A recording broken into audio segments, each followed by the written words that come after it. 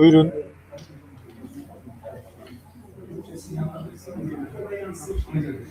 Değerli katılımcılar, konferansımız ikinci oturum kurum temsilcileri sunumlarıyla devam ediyor. Bu oturumda oturum başkanı Profesör Doktor Hüseyin Gökçekuş'u oturumu yönetmek üzere kürsüye davet ediyorum.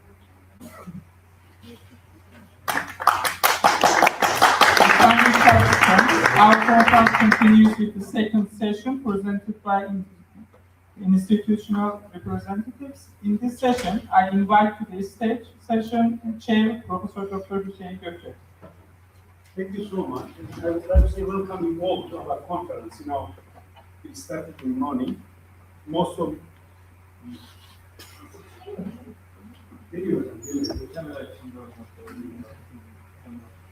Hello everybody. I would like to say welcome you all to our conference, Water and Environment Conference. We started in the morning and it's continuing very well. Thank you so much for your contribution. It's a pleasure to share with us your really time. But these conferences, not for us, we organized until now more than 30 international conferences. I started 1995. Water programs in the Mediterranean region, the first one, 1997. It was the first international conference in our university, maybe in our country. We decided to discuss water topics. After this moment, we organized many related with most of them environment, water, education, health, and the other subjects. Today, we have another session. This session, we have four speakers, four scientists. They are ready to share with us their presentations. The first presenter is Dr. Yılmaz Batılay, and his speech is nuclear energy is environmentally friendly. And I'd like to invite him to start.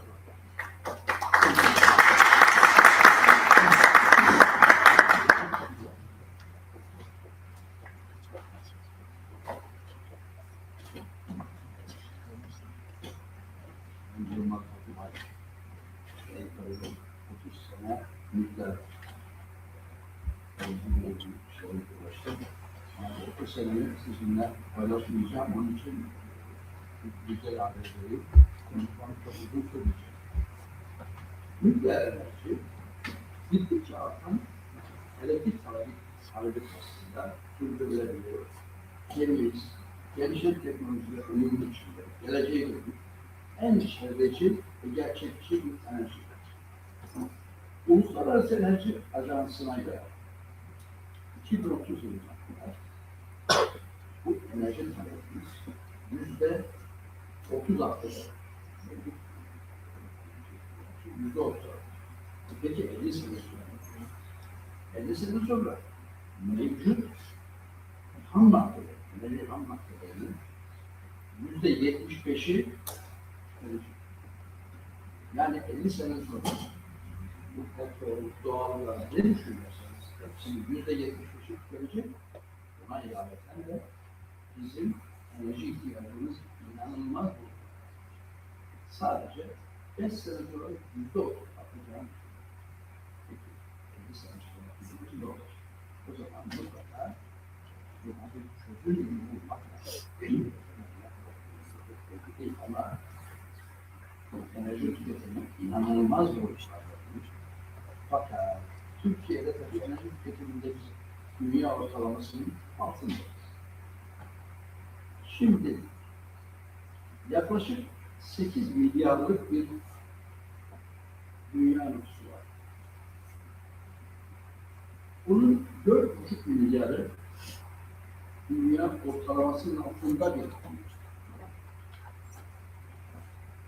ülke ve şartında daha da hele 2 milyarı odun, hayvan artı kötü şartlar altında İşte 1 milyar ise dünya şimdi 1 milyar en tanışmış değil. Şimdi kişi başına düşen elektrik tüketimi gelişmekte olan ülkelere göre 6 kat daha yüksek. 1950'den beri bakıyoruz, dünya nüfusu 3 katına. 3 katına çıkan bir dünya nüfusu var. Fakat buna karşılık talep tam 8 kat. Felaketin boyutlarını düşünebiliyorsunuz. 1950, işte ben 1950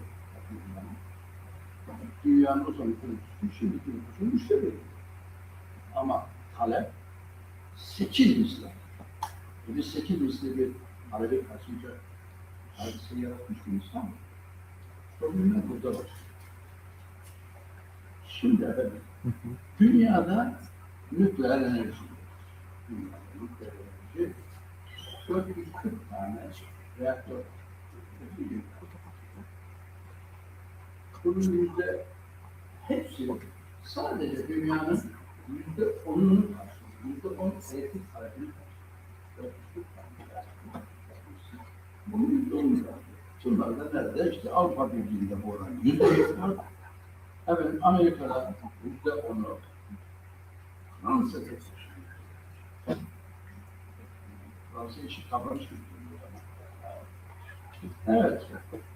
Ben yavaş yavaş programa devam ediyoruz. Türkiye'ye tabii Allah şu için başarılı, yastıklı başarılı, her işte burada da çok güzel başlıyoruz ama sonra başlıyoruz. 1956 senesinde Atom Enerjisi Komisyonu 1956 o zaman bunların başında da Güney Kore geliyor. Bunlar o gün mesela bütün dünyaya teknoloji inanılacak biz. 1957'de Atom Enerjisi Ajansı'na üye oluyoruz. İşte 1976'da Akgül Santrali'nin ikinci santrali. 2010 yılında Akgül Nükleer Santrali'nin sözleşmesi derken 2024 senesine kadar geliyoruz. 2025 için yok. 2025'te hala bu uzun süreçten sonra günümüzde tekrar nükleer santralde gündeme geliyor. İleri gelip bir daha bu miktar bir şey olmadan, bu kadar uzamadan bir kendi seneler boşver gitmesin ve biz biraz nükleer geleceğimizi inşallah ortadaki bir gerçekte alalım. Bir nükleer santral 3.2 milyar dolarlık doğal gaz masrafı. Şimdi işletmeli olan 442 santral ilaveten yapımın 40 tane var ve 100 tane daha planlanmış durumda. Ama bütün dünyada bütün karşı tepkiler içinde bunlar nedir? Türkiye'de nükleer enerji istemiyor.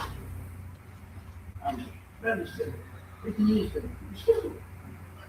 Ben istemiyorsun ama 15 kilometre mesafede Ermenistan sınırında Masyonlar sadece 15 kilometre. Batıya gidiyoruz. Bulgaristan sınırında 10 kilometre mesafede hazır bir. Peki bunlar ülkede mi? Acı. Şimdi santralde sürücüme baltalar geliyor. Benim de nükleerde bizatihi iki plan geçmiştim. Birisi Indian Point, diğeri de Annis Creek.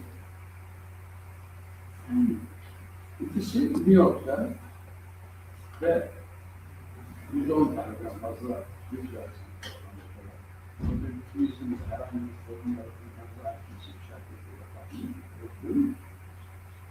şimdi Fransa'da 56 tane, Japonya 33 tane, Rusya 36 tane yaptı. Gelişti mi? Nereye koyacağız? Ne yapıyor?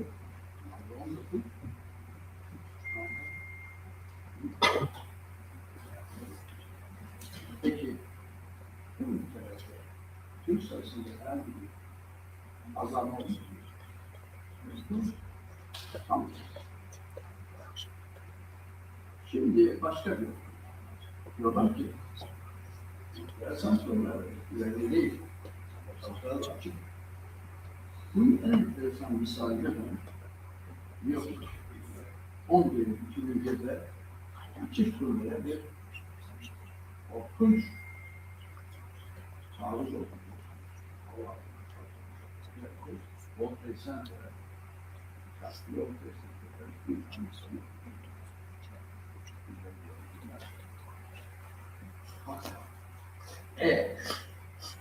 Bu uçak tam bunun içinde bir şey değil mi? India yani nükleer santralın üzerinde yok. Eğer o nükleer santralı hedef alsaydı veya onu bombalayıp onun içine girebilseydi zayiat binlerce ne yapabilir? Bir onun üstüne bir bomba o durum gelecek bir güç henüz demek ki böyle elde konuşmadığımız halde aslında bu gibi bir şeyler yok.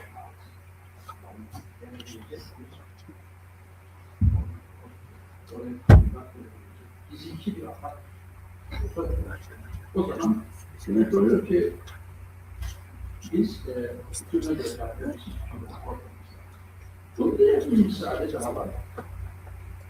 Mesela Çernobil oldu. Çernobil'de kaza oldu. Bir de Timal'de oldu. Timal'de Amerika'da Çernobil Ukrayna'da oldu. Timal'de aynı kazası ben şimdi merak edilmek istemiyorum.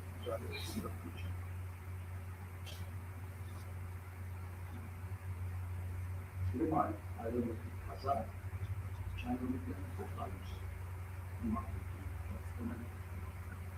Ama Çernobil kazası milyarlarca,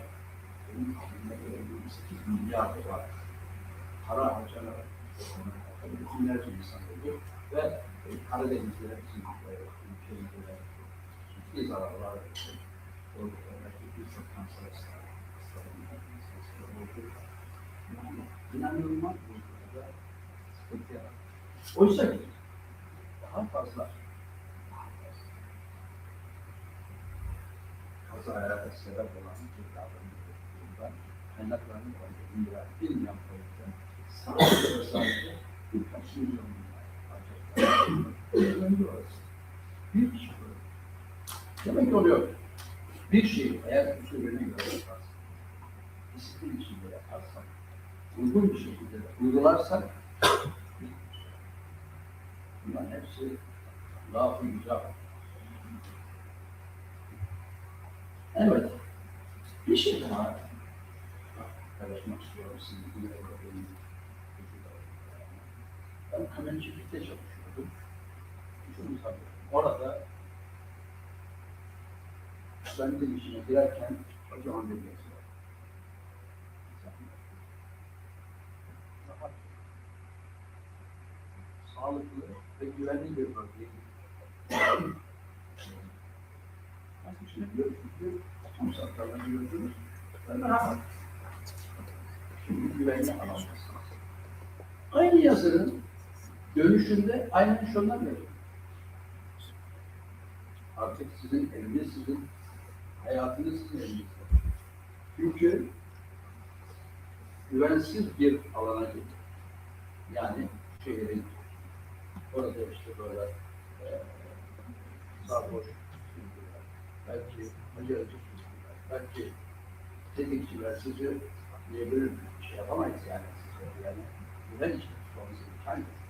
Bu nedenle üzgünüz der gibi o yazıyı da okuyup yani bunun dönüş olduğu psikolojik bir yakınlığı da hayatın sonuçları bir zaten yaşamak. Evet. Başka bir olay daha var. Diyor ki içeride felaket. Sıçrıyor. Yani nükleer santralleri sadece su buharı. Yani herkesin düşündüğü gibi nükleer santralden sonra bir zehirli bir gaz çıkıyor. Yani nükleer santral yakın ve kapalı bir ortam çıkıyor. O yakın bir suyun ısınmasını istiyor. O su ısınıyor, buhar oluyor, buharla ilgili pervane ediyor. Pervane ediyor. Yine orası diğer bir şey çıkıyor.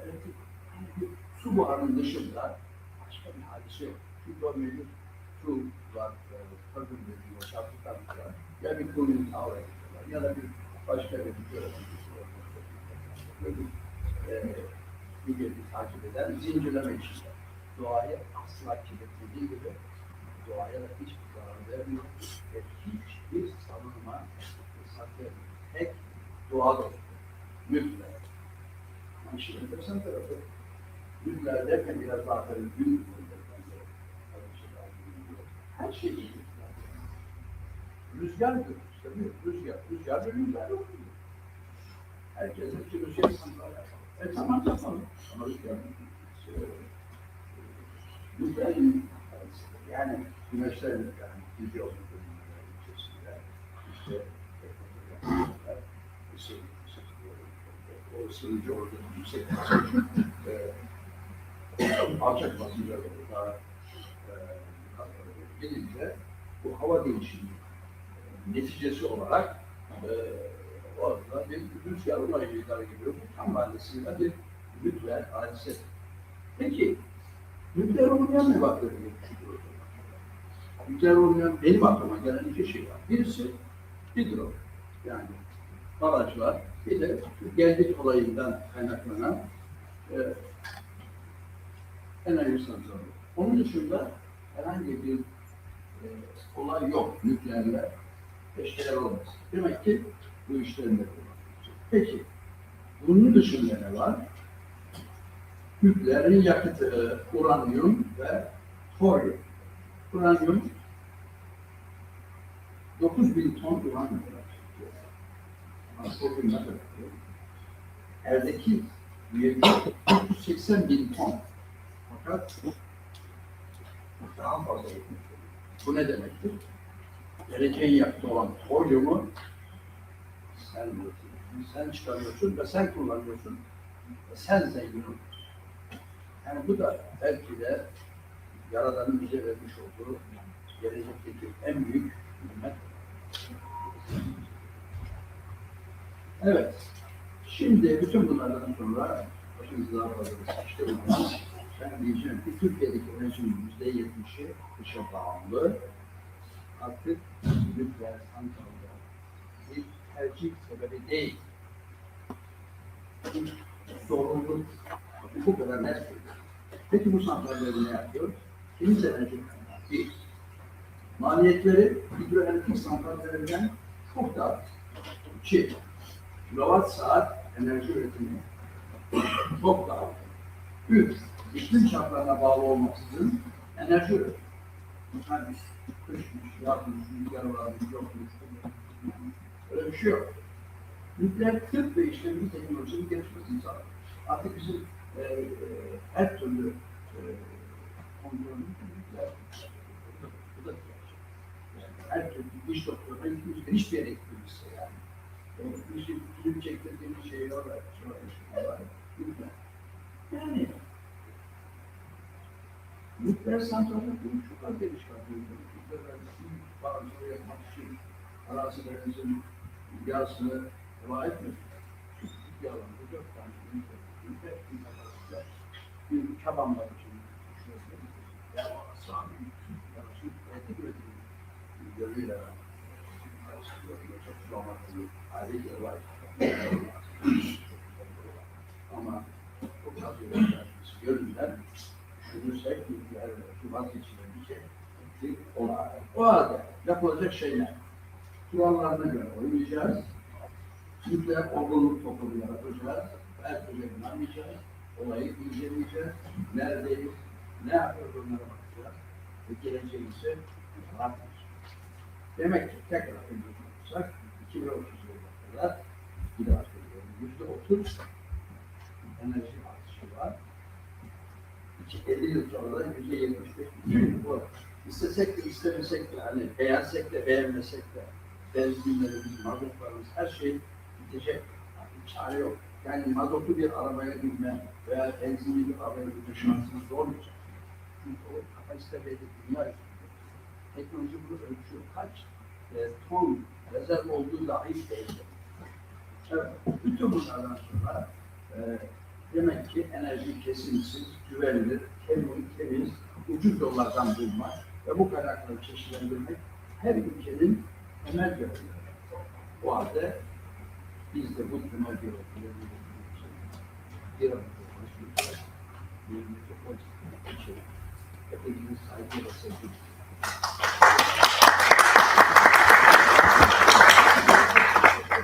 Thank you so much. Must complete this presentation. Very beautiful, very impressive presentation. Now time is to invite Dr. Selva Güner for her speech. Please.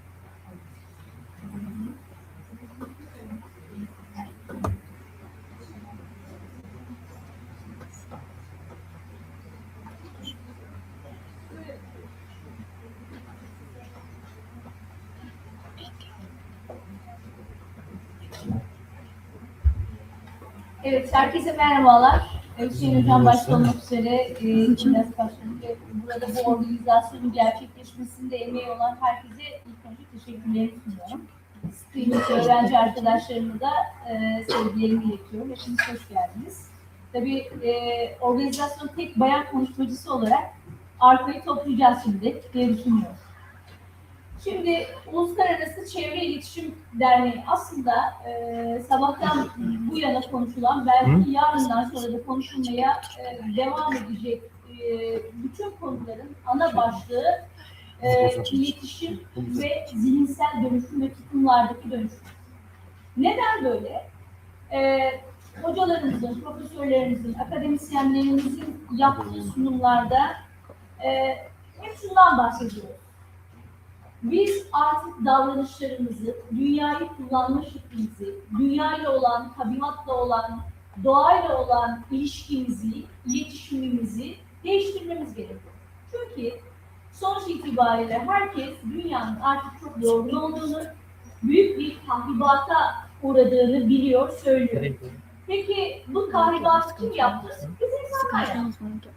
Hepimiz el birliğiyle bu dünyanın yorulmasına, yıpranmasına neden olduk.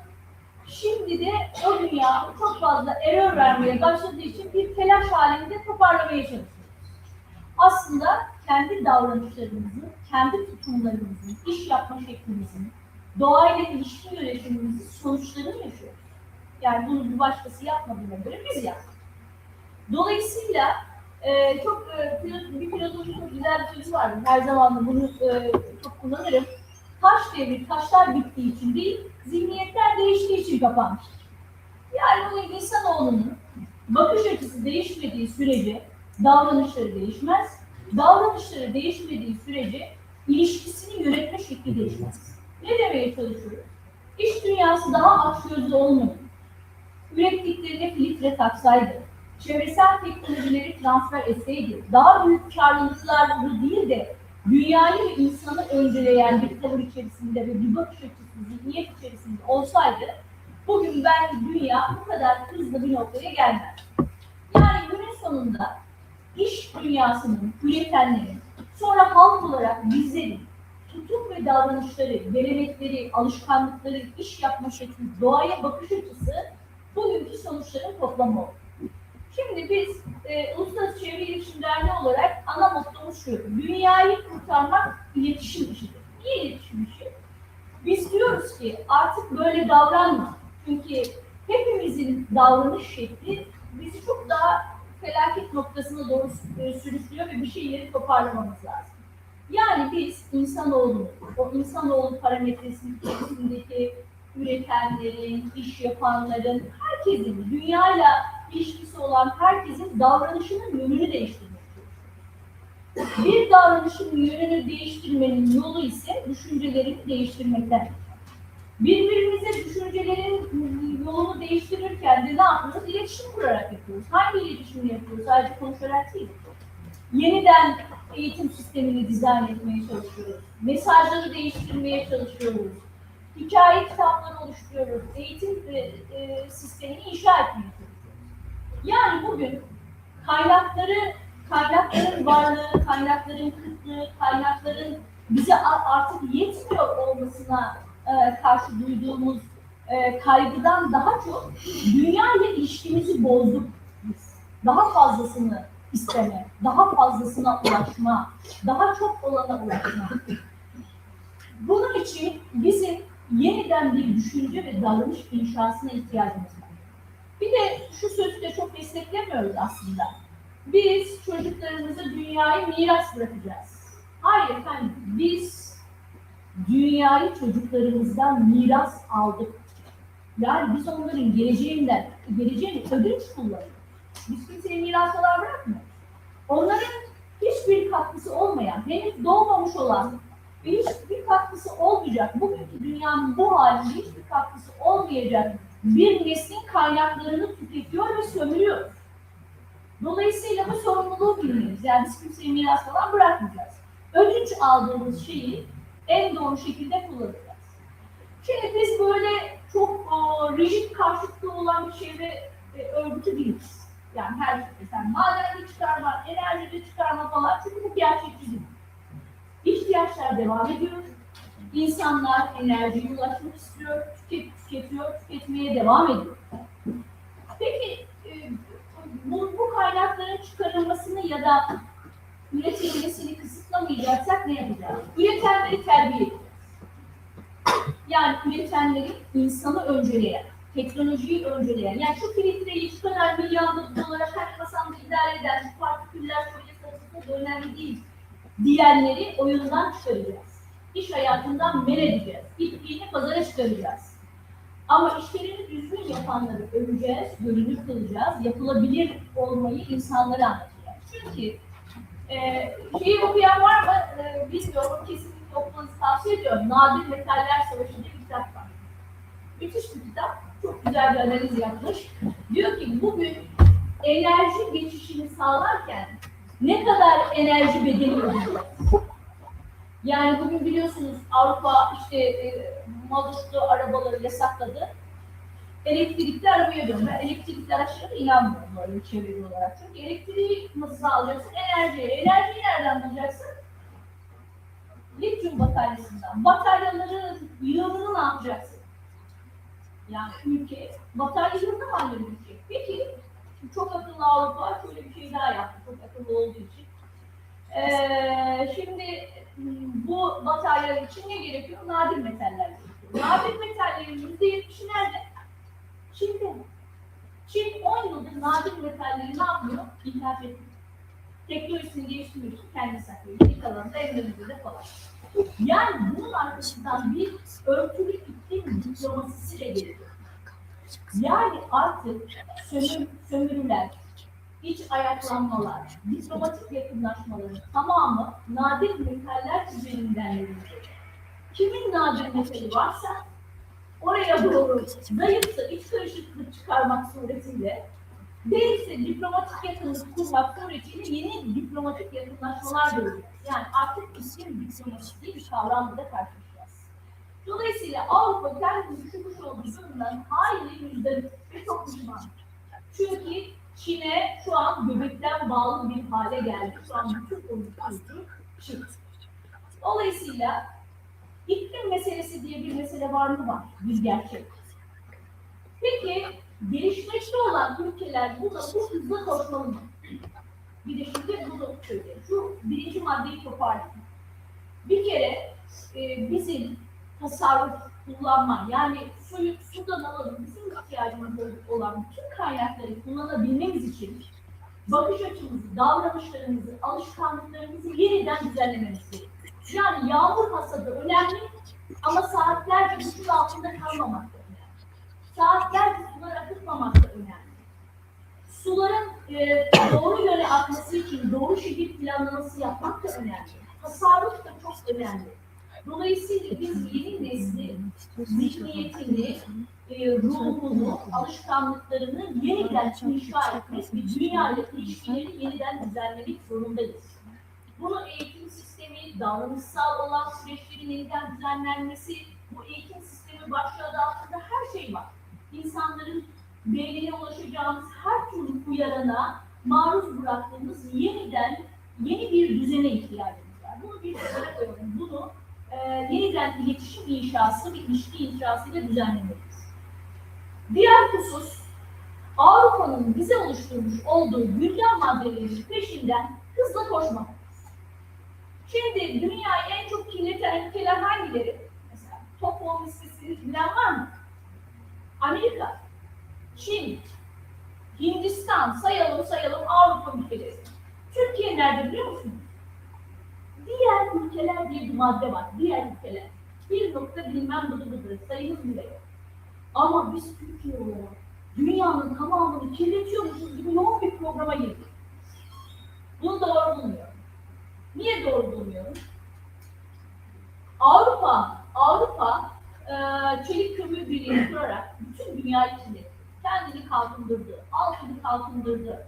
Fransa uranyum için Afrikaları sömürdü. Bütün dünyayı delik deşik ettiler, her tarafı kirlettiler. Şimdi diyorlar ki hadi beraber temizleyelim arkadaşlar. Pardon, ben neden sizi kirlettim? Dolayısıyla gelişmekte olan ülkelerin hızını kesen, yavaşlatan, onları bir iklim sureti haktan görünen başlığın içerisine sıkıştırmaya çalışarak koşmanın doğru olduğunu düşünüyorum. Gelişmekte olan ülkelerin ayrı bir konsensüs oluşturarak 2050 yılında karbonsuzlaşma mütabakatını değil 2080 yılına ertelenmesi gerektiğini düşünüyorum. Çünkü ben kirletmedim ama her şeyi ben kirletmişim gibi davranıyorum. Sanayideki kazanımı dönüştürüyorum. Bir maliyet. Üretimimdeki bütün teknolojiyi değiştiriyorum. Başka bir maliyet. Buna fon ayırmaya çalışıyorum. O fon yok ortada. Şu an COP29'da da ben enerji komisyonunun bir moderasyon yapmıştım. Bütün ülkeler mutsuz. Niye? Avrupa verdiği hiçbir taahhüt yerine getirdi. Hiçbir taahhüt. Aksi takdirde yani şöyle bir ters dönüşüm var. Siyasi baskı o kadar yoğun oldu ki Almanya şehrinin göbeğindeki termik santralleri geri açtı. Hiç kimse bu kadar samimi değilken gelişmekte olan ülkelere yeni bir başlık açıp kendi aralarındaki rekabetin bedelini yine bizim gibileri öğretmeye çalışıyor. Bu sadece çevre kelimesi gibi kimsenin itiraz edemeyeceği yeni bir suni gündem. Yani bu kadarında bizim hakkımız yok. Bunu demeye çalışıyor. Yani bence gelişmekte olan ülkeleri aynı zamanda dediler ki evet tamam siz kirletmediniz. Şu kadar milyar dolar bir fon ayırdık. Bütün ülkelere dağıtacağız dönüşümleri için. COP31 olacak. Henüz o paranın hiçbiri gelişmekte olan ülkelere verilmedi. Dolayısıyla bu meselenin diğer tarafını da konuşmaya, değerlendirmeye, biraz daha akıllıca ilerlemeye taraftar olduğunu. Evet, çevremiz, içinde yaşadığımız hayatımız çok önemli. Çünkü Birleşmiş Milletler'in ortak bildirgesinde de diyor, ya kaynaklarımızı kullanmalıyız. Çünkü her şey bizim için.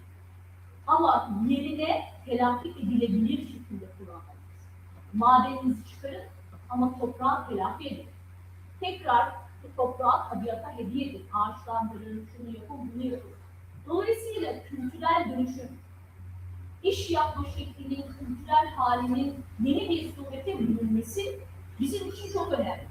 Ama dünyanın tamamından sorumlu olmadığımız halde, dünyanın tamamından sorumluymuşuz hızıyla koşarak bundan bir patent elde etmeye çalışmak sanayimizi yavaşlatıyor ve bizim her şeyimizi yavaşlatıyor. Siz ne demek istiyorsunuz diyebilirsiniz bana. Şimdi diyor ki, yani örneğin, işte diyor ki sen diyor kömürle üretiyorsan tekstilini, kazanları sanayici, Avrupa'ya senin tişörtünü almayacağım.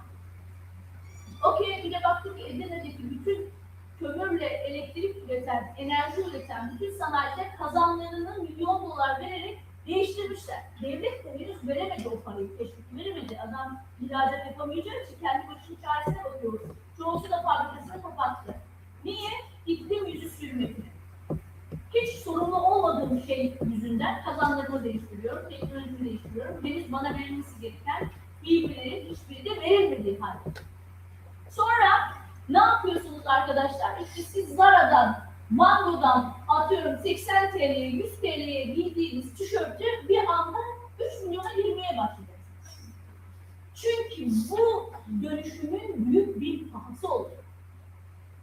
Yani çünkü onu dönüştüren fabrikatör, onu dönüştüren üretici daha büyük bir pahayla yaşamınızı size hediye ediyor.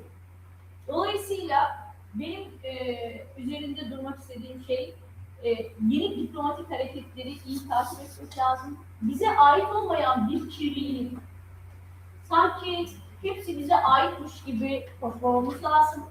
Ama onun dışında herkes kendine ait bir hayat yaşıyor burada.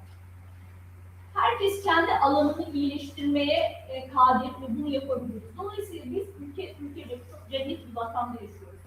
Kuzey Kıbrıs Türk Cumhuriyeti müsaade eder, Türkiye Cumhuriyeti müsaade eder. Ve biz gerçekten nadide güzellikleri sahibi olan ülkeleriz.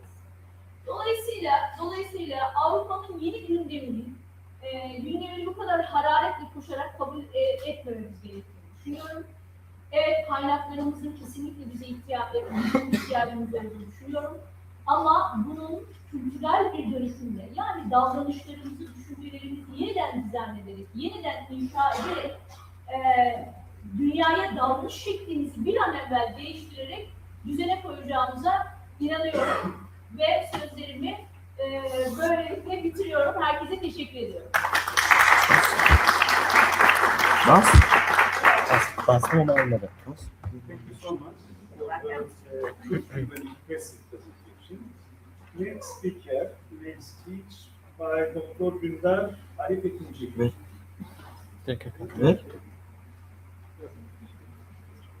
Ver. Takip et abi.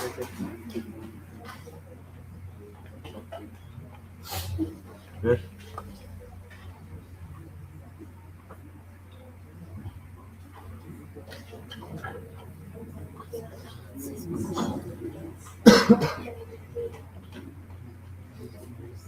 Çizgi çizgi biliyorsun.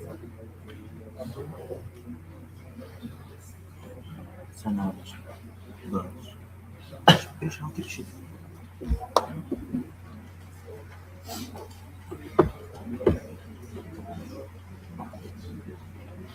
Head to stage dediğimde ekrana veriyor değil mi?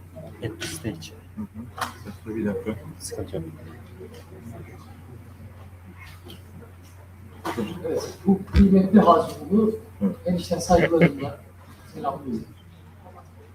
Gerçekten de bizim için kültür coğrafyamız, değer coğrafyamız, bu güzel yerde bize de bir konuşma fırsatı verdiğiniz için hepinize çok teşekkür ediyorum. Efendim, Doktor Dündar Ali Tekinci, ben aslında Türkiye Cumhuriyeti Sağlık Bakanlığı'nda görev yapıyorum. Aynı zamanda Türk Dünyası Mühendisler, Mimarlar Birliği'nde de hem yönetimde hem de faaliyetlerinde üyesi olarak gururla hizmet ediyorum, çalışıyorum. Bugün size kendi konum, aslında Sağlık Bakanlığı'nı da ilgilendiren bir hususu seçip bu şekilde hazırlığı yaparak yani. Halk sağlığı için güvenli su yönetimi hakkında fazla kıymetli vaktinizi almadan bu konuyu arz etmek istiyorum. Bu sunumumuzda güvenli su yönetiminin temel unsurlarını, karşı karşıya olduğumuz çevresel teknik riskler, su kalitesinin izlenmesine yönelik uygulamalar ile Görüntü seçmeme izin verdi. sürdürülebilir bir gelecek için hayata geçirilmesi gereken politika, strateji Şu an mesela ve ben teknolojik yaklaşımlar böyle bir görüntüler bütüncül bir bakış açısıyla ele alacağız. Ve bu sunumumuzun çatısı bu şekilde olacak. Evet, öncelikle başka katılımcı bir varsa su kaynağından musluğa kadar suyun yolculuk sürecini kısaca 4 başlıkta toparlayabiliriz. bunu yükleyebilirim. Bir arıtma sürecidir. Buna gerek yok. Arıtma sürecimiz ham suyun fiziksel, kimyasal ve biyolojik Başlı arıtma başına gidersin. yöntemleriyle insan başına sağlığına başka uygun bir- hale getirilmesi süreci. Gerek bu gene. İkinci sürecimiz depolama ve dağıtım sürecidir. Arıtılan suyun güvenli depolaması ve Konuşuruz. sağlıklı altyapı sistemleriyle kesintisiz ve hijyenik şekilde kullanılarak ulaştırılmasıdır. Diğer husus ve diğer üçüncü sürecimiz emsal kullanımdır. Bu da binalardaki tesisat sistemlerinde hijyenik olması, suyun kalitesinin iyi olması ve resursta hijyenik bir şekilde elde edilmesidir. En son aşamada bu suyu kullanıldıktan sonra atık su ile geri dönüşüm sistemlerinde bertaraf edilmesidir. Bizim için güvenli su yönetimi nedir? Aslında güvenli su yönetimi iki başlıkta oluşuyor. Birincisi suyun kaynağından musluğuna kadar tüm aşamaların korunmasıdır. Burada önemli unsur yerüstü ve yeraltı su kaynaklarının kirlenmeye karşı korunması ve bu süreçte kalitesinin aslında korunabilmesidir. İkinci başlığımız fiziksel, kimyasal ve mikrobiyolojik risklerin kontrol altında tutulmasıdır. Burada da tabii suyun bulanıklığı, rengi, kokusu gibi fiziksel riskler, ağır metaller, pestisler ve endüstriyel atıklar gibi kimyasal kirleticilerle bakteri, virüs ve parazit kaynaklı mikrobiyolojik risklerin düzenli olarak analizleri yapılarak tespit edilmesidir. Bizim için bir güvenli su yönetiminin süreçleri nasıl olmalıdır? Sürekli izleme ve denetim ve iyileştirme süreçleri yapılmalıdır. Su kalitesinin mevzuata ve standartlara uygunluğunun sağlanması ve düzenli numune alma, laboratuvar analizleri ve saha denetimleri gerçekleştirilmelidir. Diğeri ve aslında en önemlisi, kurumlar arası koordinasyonun sürdürülebilir ve güçlü bir şekilde işletilmesidir. Burada sağlık, çevre, tarım ve yerel yönetimler başta olmak üzere ilgili tüm kurumların işbirliği içinde çalışmasını gerçekleştirmesi gerekir. Bizim için güvenli su yönetiminde stratejik yaklaşımda önemli bir husus.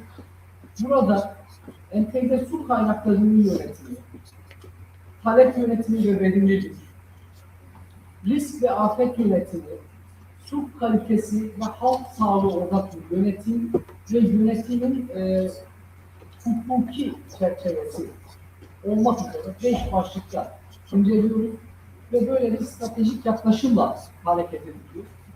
Burada su kaynağında tarım, sanayi, içme suyu ve ekosistem ihtiyaçlarının dengelenmesi önemlidir. Tabii ki tarıma da su ihtiyacı olacak, sanayiye de, içme suyu da. Ama burada bu ihtiyaçları tam olarak belirlenip dengeli bir şekilde yapılması çok önem arz ediyor. Bizim için bir de risk ve afet yönetimi var. Aslında bu da önemli başlık. Ondan hızlıca bahsetmek istiyorum. Bunu bir önceki oturumda da detaylı bir şekilde anlatıldı. Yaşanan afetlerde kirlilik riski artıyor. Ne yazık ki su kaynaklarının kirlilik riski çok fazla artıyor. Bunlar için erken uyarı sistemlerinin oluşturulması ve yaşadığımız iklim değişikliği sürecine de gerekli bilim planlarının hazırlanması önemlidir. Biz güvenli suyu elde edebilmek için teknolojik açıdan neler yapmalıyız? Teknolojik yaklaşımlarımız neler olmalı? Birincisi akıllı su yönetim sistemleri oluşturmamız gerekiyor. Uygulama, işte sigara sensörleriyle bir basınç ve kalite izleme yapıyoruz. Akıllı saçlarıyla gerçek zamanlı tüketim yapılıyor. İkinci olay su arıtma teknolojileri. Burada gelişmiş filtrasyonlar, UV, ozon ve ileri oksidasyon prosesleri uygulanıyor. Ve arıtılmış atık suyun yeniden kullanımı da önem arz ediyor. Özellikle gri su son dönemde çok yaygın kullanılıyor. Ama gri suda lejyon oluşumu daha fazla. Biz bunu daha çok peyzaj sulaması için değerlendiriyoruz. Yağmur sularının bir yere toplanarak tekrar kullanılıyor. Kayıp kaçak kontrol de bizim için önemli. Basınç yönetimi, şebeke yenileme ve zonlama buradaki alt başlıklar olarak geçiyor. Alternatif su kaynaklarımız yağmur suyu hasadı. Biraz önce bahsettiğim deri suyu, kazanımı ve yapan yeraltı suyu beslemeleri önemli bir başlık. Hızlıca geçiyorum. Bizim için güvenli su temin yöntemlerini de iki başlık ve ilave 4 başlıkta inceleyeceğiz. Biz kaynağa dayalı hem yeraltı suları genellikle daha az kirlenir. Ancak düzenli analizler yapılması şarttır. Kaynak suları koruma alanı oluşturulmalı, hiç kirlenmeye kapatılmalıdır. Yüzey suları mutlaka ileri arıtma gereklidir. Bir de fiziksel arıtma yöntemimiz vardır. Burada da büyük partiküllerin size çökertilmesi sağlanır. Filtrasyon, mahsul ve karbon sistemleri. Membran sistemleri var. Mikroorganizmalar ve süzülmüş maddelerin tutulması sağlanır. Kimyasal arıtma yöntemleriyle de suyun temizlenme yöntemi mevcut. Burada en önemlisi ozonlama, koagülasyon ve flokasyon dediğimiz yöntemler var. Bizim hem fiziksel hem kimyasal olarak da kullandığımız ters ozmoz dediğimiz yani ağır metal ve kimyasalların giderilmesinde etkili olarak kullanılan bir su temin yöntemi de mevcut. Ölçek bazında da güvenli su temini bizim için evsel ölçekte güvenli su temini en basit yöntem evde kaynatma yöntemi veya evdeki su arıtma cihazları. Afet ve acil durumlarda temiz suya erişimde bu su arıtma üniteleri, klorplanetleri ve taşınabilir filtreleri kullanılıyor. Birinin üstünde bir şey var kırmızı yanıyor. Tamam. Birinci Kırsal alan ve kırmızı sesini köylerde kullanıyorum şu anda. burada hayvan ve HDMI kablosu. tarım Ses kirliliğine aktarma karşı kablosu. korumayı Sesini açtığım için. önce Dediğim gibi bu başlı doğal başına bir kaynaklardan güvenli su sağlamak için bu bir saat konuşulacak bir şey. kaynakların Boş bir zamanınızda gelirseniz hep beraber yavaş konuşuruz. su kütlesi, güneşlerinden Öyle kolay bir şey olmasını yapmamız lazım. Tamam, böyle bir şey yok. Bunun bir de 8'lisi var. Aynı şeyden 8 tane. 8'li bırakın. Bu 4'lüsü. 4 girişim. önemli. 8 girişim. Burada da bütün izleme içme suyunun yüzey suyu ve yeraltı sularına düzenli numune alınarak Yola boksu var. Farklı Rolden var. Farklı markalar var. Ama mantık oluyor. Aynı.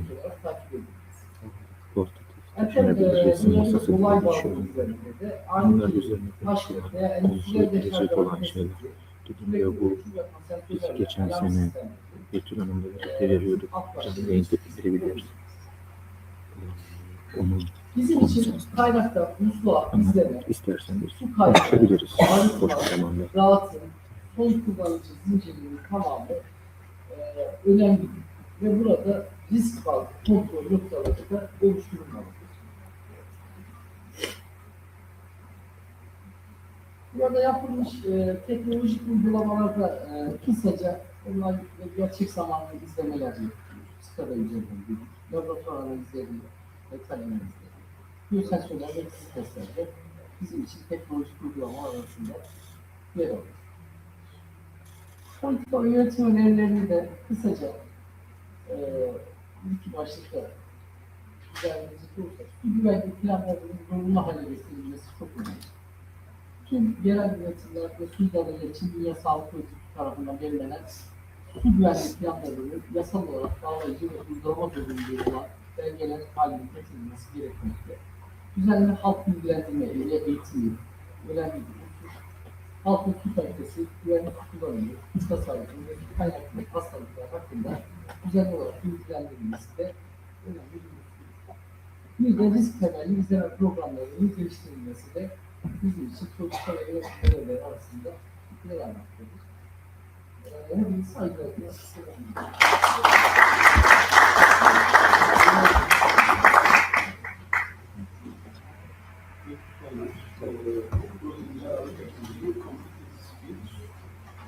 The last speaker is a video forum or 20 members, and we have a chance to visit approximately 15 minutes video presentation. This will be Dr. Metin Türkiye.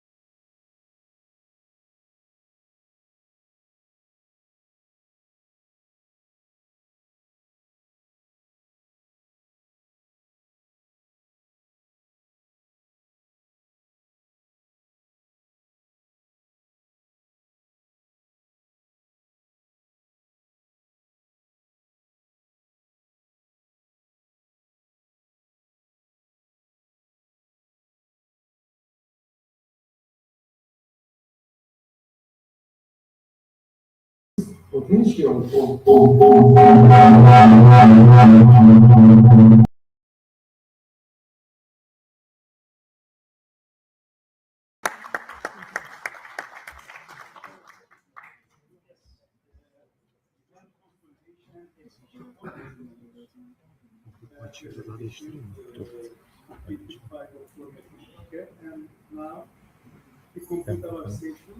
Sahneyi verince, salonu verince ortalık karıştı.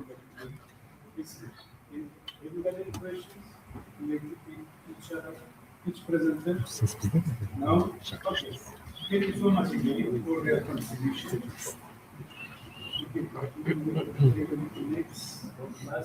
Geç. Kürsüyü göster. Kürsüyü göster abi. Tüm konuşmacılarımıza teşekkür ediyorum.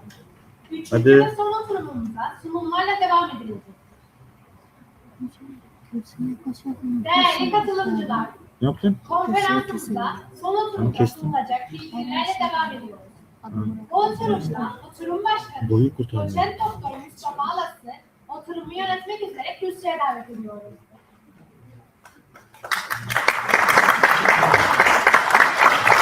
I would like to thank all our speakers, distinguished participants. Our conference continues with the third and final session presentations.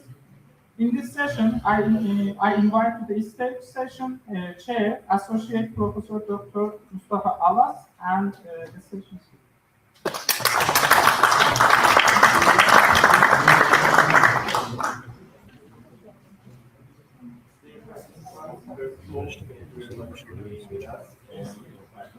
Doçent. Profesör yardımcısı. Ha, profesör dedi. Association profesör.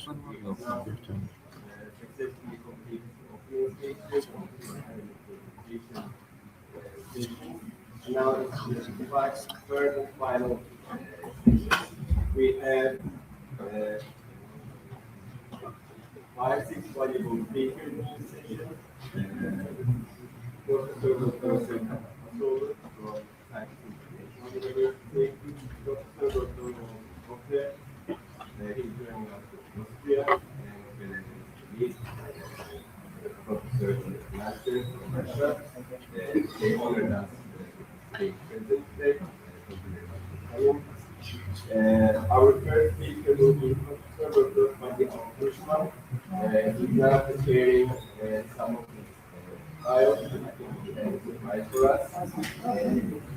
PhD will be supplying journals. And the fourth speaker is going to be Associate Professor Hakim Kutiko from University. And we will have two video sessions, one from Professor Dr. Michael Rani and Professor Dr. Mikhail. Two very valuable speakers, all of our speakers very valuable and very conference. And the session will start shortly. Unfortunately, we are not given time Tutulmuş bir soru bu. break because we are only behind schedule and for a very long time. So, as the first speaker, Meyvelerine gidelim. he will be Professor Dr. Mohamed, but I'll take a couple of minutes before Professor Kushman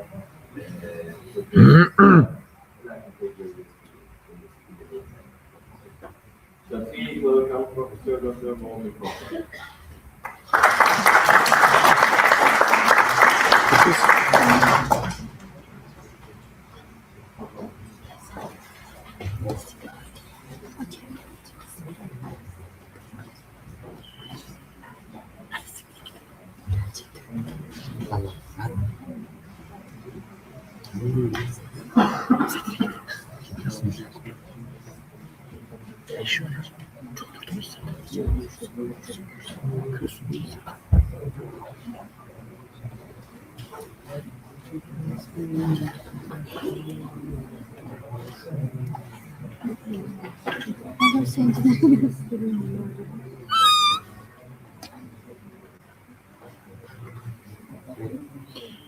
Sen ne kıymetli niye?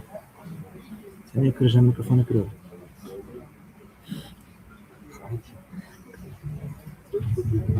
Kaç mesela zarar görür.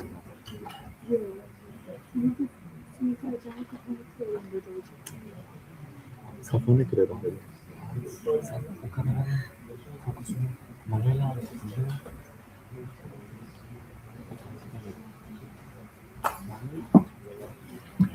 Aman boş ver.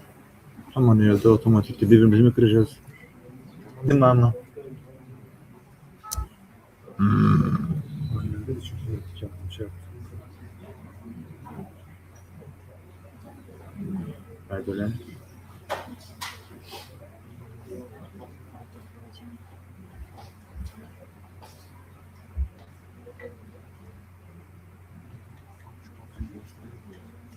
Neyi o ya? Ya şu an hava değil. Zaten havada başka bir şey var.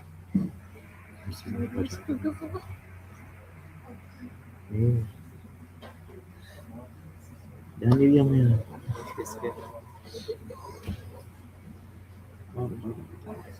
Ha. Ondan. Söyle. Dear partners in our fight for sustainability, we should not expect to be able to solve the problems of the future only with the methods of the past. Maybe we need the basis for a plan B. I will present ideas for such basis. All processes in nature are the consequences of the evolutionary process.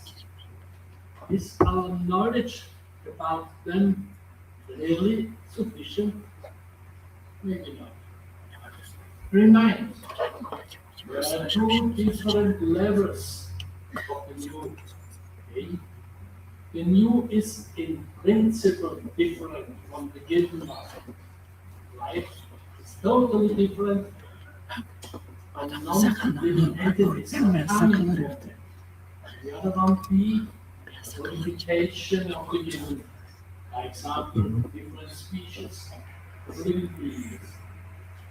All based on the principles of the self. This is the model of Darwin. He could not explain which way life was coming from not living entities. He postulated the ancient cell with all principles. These principles were modified in different types of cells. Darwin used this type of evolutionary process in the origin of species. It seems some is possible to conclude on the level of B what is really given back to the ancient solution. But there is just little hope to be successful on the level of A. Where is life coming from? Where matter? The starting point of our was there is no theory from Big Bang to the recent person, maybe an astronaut.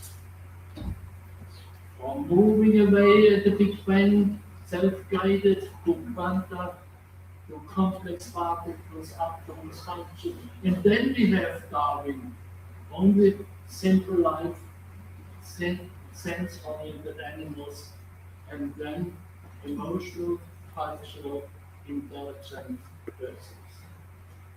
But Einstein explained now all of that and rest of them by energy.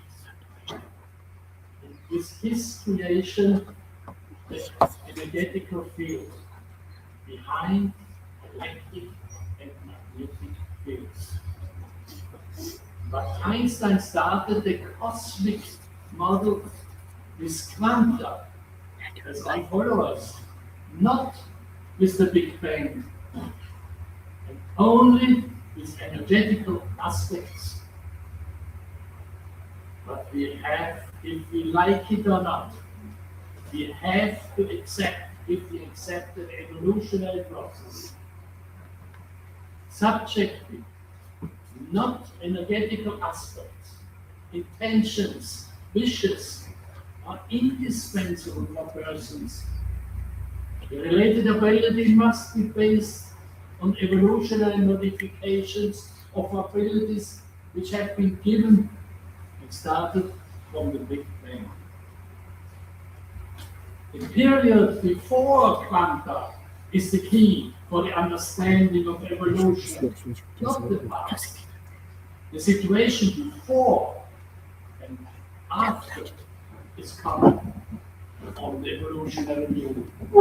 As the principles of life are used in power after the evolutionary step from non-living to life occur, but only based on the former principles. Also, the blank principles of quanta are in power after the evolutionary step, which is based on the power of the former given. We have to accept it, if you like or not. But the former given was overseen up to now. Therefore, the way we start from the actual situation with all the aspects which are relevant for you, for me, in our environment. And then we look to create general assumptions for the characteristics of the most fundamental entities at the Big Bang. Not easy task. These characteristics should allow to deduce from them the evolutionary process for the next evolutionary level. Now, modified characteristics Yok ya. new Sigarası level yer. Sigara gitti. must allow to make plausible the phenomena Bırak. on the next Masanın evolutionary üstüne. level, Kemirmiş. and so on, up to the 21st century. This can be tested by the test of the adequateness of the selection of the criteria we have attributed to the fundamental entities at the beginning of the universe. They must allow to predict these generally accepted phenomena. If this is not possible, then we have to extend the characteristics and to start again with Big Bang. And this we have to do as long as we have a characteristic which allows all the steps. As a result, a long way, but a successful. The consequence, therefore, is that all predictions of the given theories should be predictable also with our model. It must be linked, otherwise we have to start again at the Big Bang. But we have been successful. And our model now is able from the Big Bang to all the steps up to the astronauts. And it works. Details you can read in the book, which will be published soon. There are also applicable proposals integrated, but there is no time to discuss this in detail. But we had to deal with two fundamental problems which were based on religious assumptions. The first was based on Newton as a religious philosopher. The other one by Einstein. He said, I believe in the God of Baruch Spinoza. Both are very relevant things. You remember the story of the falling apple without an observable link to the soil. This was not to explain this former state of knowledge. But Newton did not let open the answer. He acted as well-trained religious philosopher and changed the understanding of God from the motivating God of Aristotle and Thomas of Aquin to the determining first mover, very young period. Therefore, not only entities were created within the 7 days, but also the order in the world, including the eternal natural laws. They determine all natural processes according to Newton. This position was accepted even by non-clerical scientists up to now, but the position is incompatible with the fact that a single process cannot be predicted. So Heisenberg's principle of uncertainty and the principle that nature is determined thanks to natural laws O have to be accepted up to now without a causal explanation. hızlı But Darwin istersen çık konuş. is Darwin the seventh day's creation is falsified, and therefore also the causation of the order in nature and the eternal determining natural laws. Therefore, there is a scientific need to explain as well predictability and uncertainty. How to handle predictability, uncertainty, and the evolutionary process within one model. This actors is the intention to improve individual surplus on a new level thanks to consents with others because of the extended individual surplus. Looks difficult, is easy. This is easy to explain with the metaphor of chess. There is an endless number of figures, materials, and playing rounds. But you must agree to accept the logically unpredictable selection as rules. Otherwise, nobody can have the surplus. So win-win is the result. You need a partner who is interested to play. You have to share the rules. Therefore, the rules survive even the creators. Win-win. But you can play it as professional. When chess supports survival. So you see, chess was an evolutionary win since centuries. You can predict the application of the consents, but you are not able to know the next step done by a player. But you can predict the frame within the step are allowed. Uncertainty is logically conclusive. Now we come back to Einstein. I believe in the God of Baruch Spinoza. Look at the Big Bang, quantum principles, atoms, photons, persons. And now he explained all is the creation, he said, of energetical field. Remind the meaning of this formula. You remind the nuclear power. It is the million more power as the chemical power of the same molecule. And the biological power is much smaller. But for example, an amount can carry 10 times of this mass. But we are not able to do this with 50% of our mass. But nuclear energy is about 1,000 times less powerful than its energetical field. But if you need the amount of energy which is needed to bring the space shuttle with astronauts into the cosmic, you express their energy with energetical fields, and not with their mass. We have spoken in the whole chain from person to quanta, just of an evolutionary chain of the real world.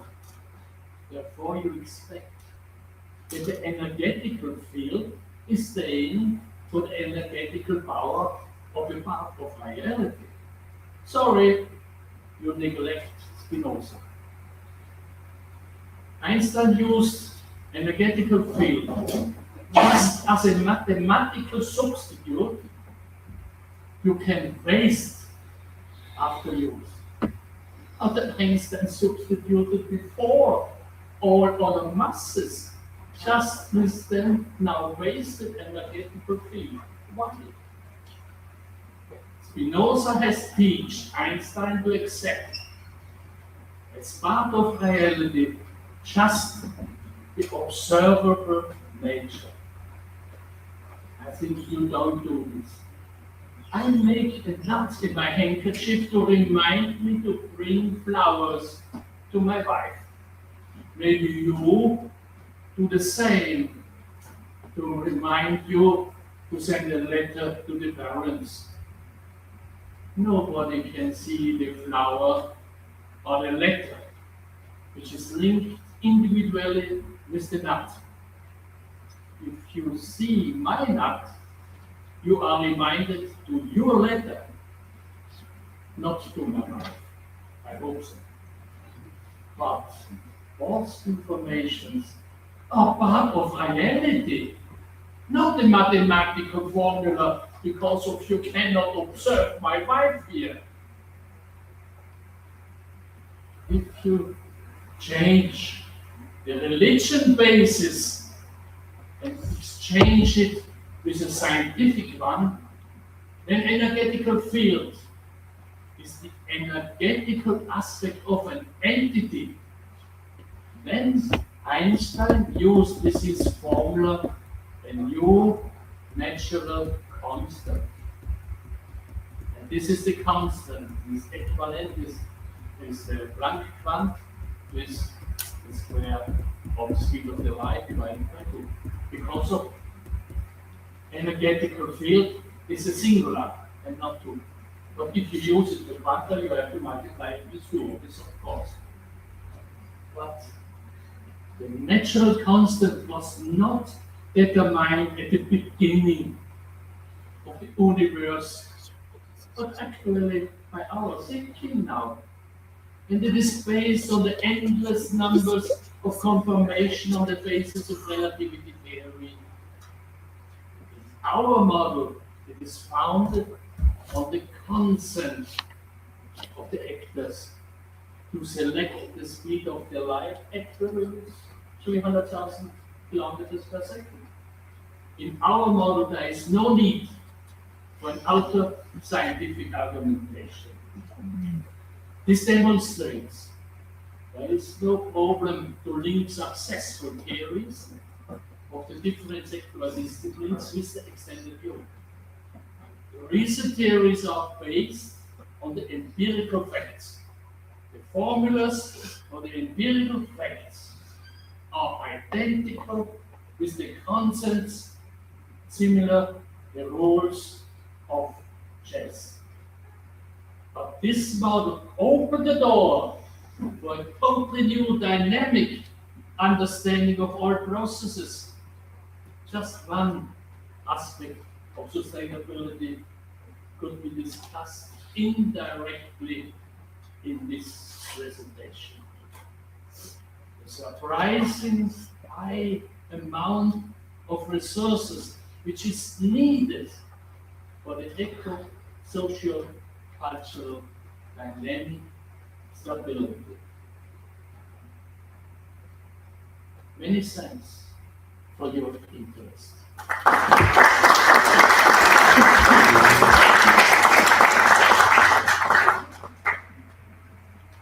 Thank you very much, Professor Kocher, for your valuable presentation. And I'm glad that it's recorded so that I can rewatch it 10 times on YouTube so I can understand it. It's very valuable. I owe an apology to our audience that I mentioned to you earlier that we had one surprise and was going to be brought to you by Professor Fadi Sonuç seçtiler şimdi internetin de şeyini. But the biggest surprise is top flavor Ona şükür. very valuable. Bu And we birlikte look mi? forward to the publication of it. So we did many times. Şimdi Tujman yapacak. Sonra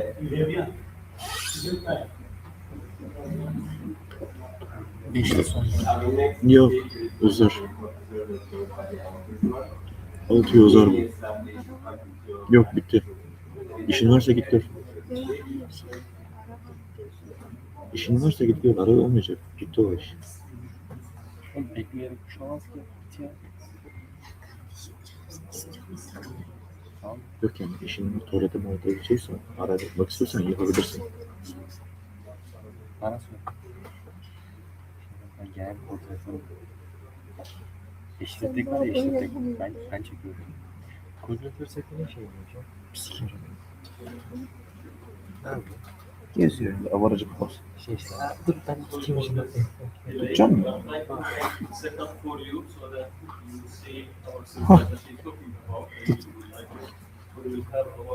Onu biraz ben ele çıkmayı. Bir dakika. Şuna bir uzan dur. Bekle bekle. Tamam elleşme. Bekle.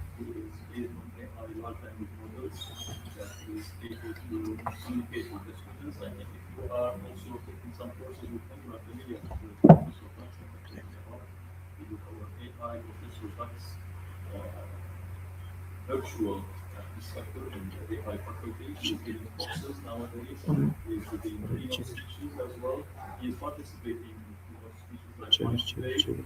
Biraz zoom gir. Bel plan yap. Bel plan. Zoom gir. Başını yukarı kaldır şimdi. Öbür tarafta.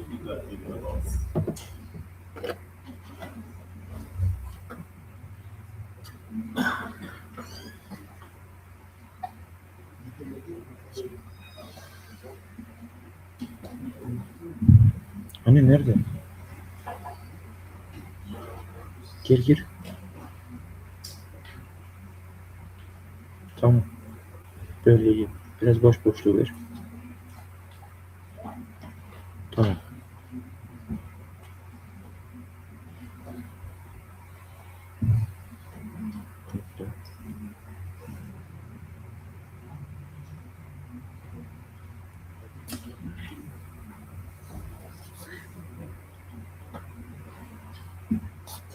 Şu iki kişi kimdir yani? Kim? Tam böyle. Ne? Bildiğiniz var mı şu iki kişi izleyenleri mesela? Ne bileyim. Şunun karşısında açıkları izliyoruz. Ben.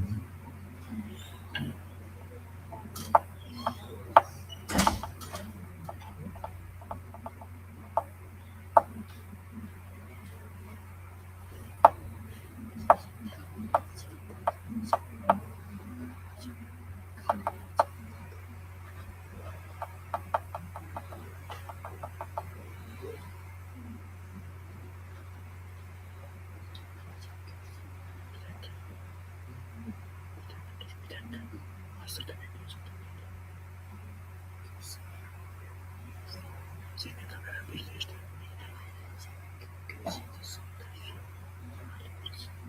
Şimdi ben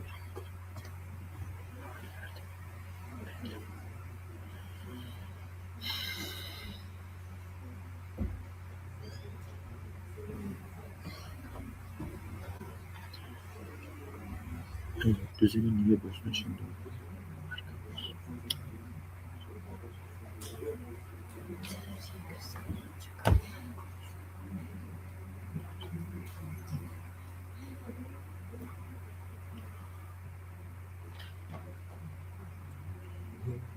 Herhangi bir flash nasıl böyle?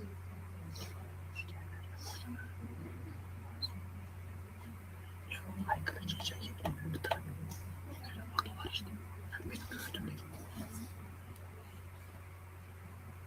Benim gördüğüm gitti başka bir şey değil. Tam görüntü alacağım.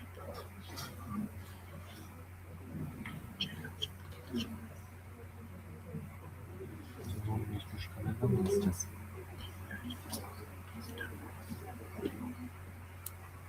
Tamam öyleyim. Hazırda bekliyorsun.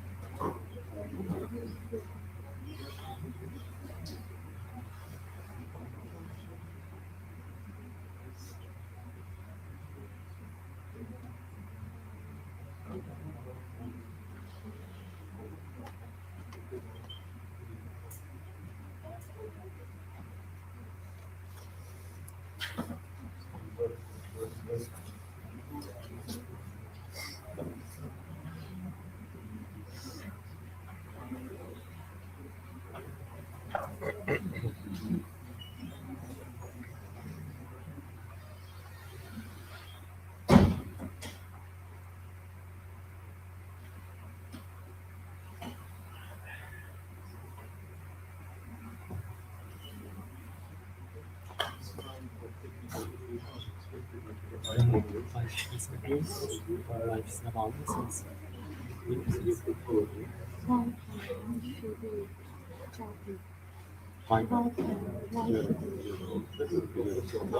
Wi-Fi. Herkes Wi-Fi diyebilir. Ama herkes Olayı takip edin. tamam mı? Çok konuşuyorsun ama boş konuşuyor. Aslında sohbetinde. Çok konuşuyorsun ama boş konuşuyor. Nasıl yapıyorsun? For those who are interested more about Professor Reklamını yap. about it, also the recently published by Taylor and Francis. If you have a look and educators if you wish.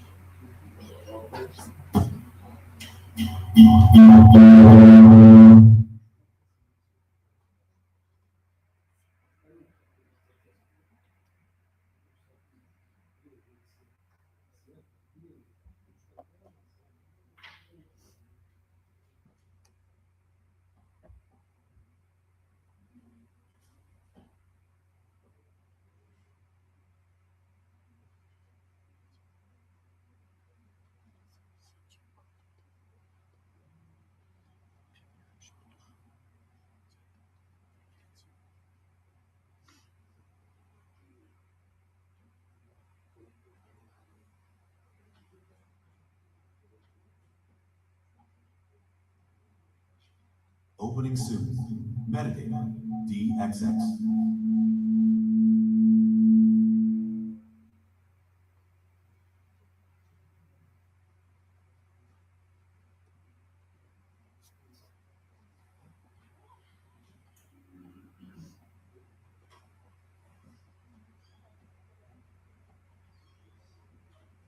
Hello.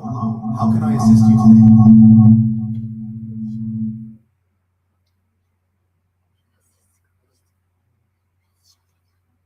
Hello again. How can I help you?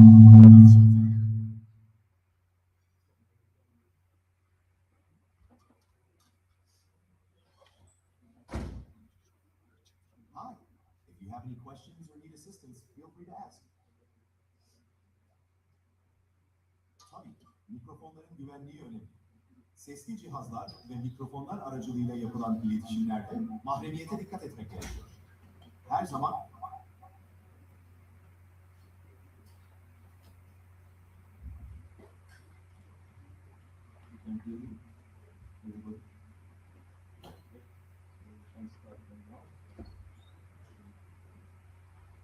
Yes, I took today one of our projects that we go through here at this university.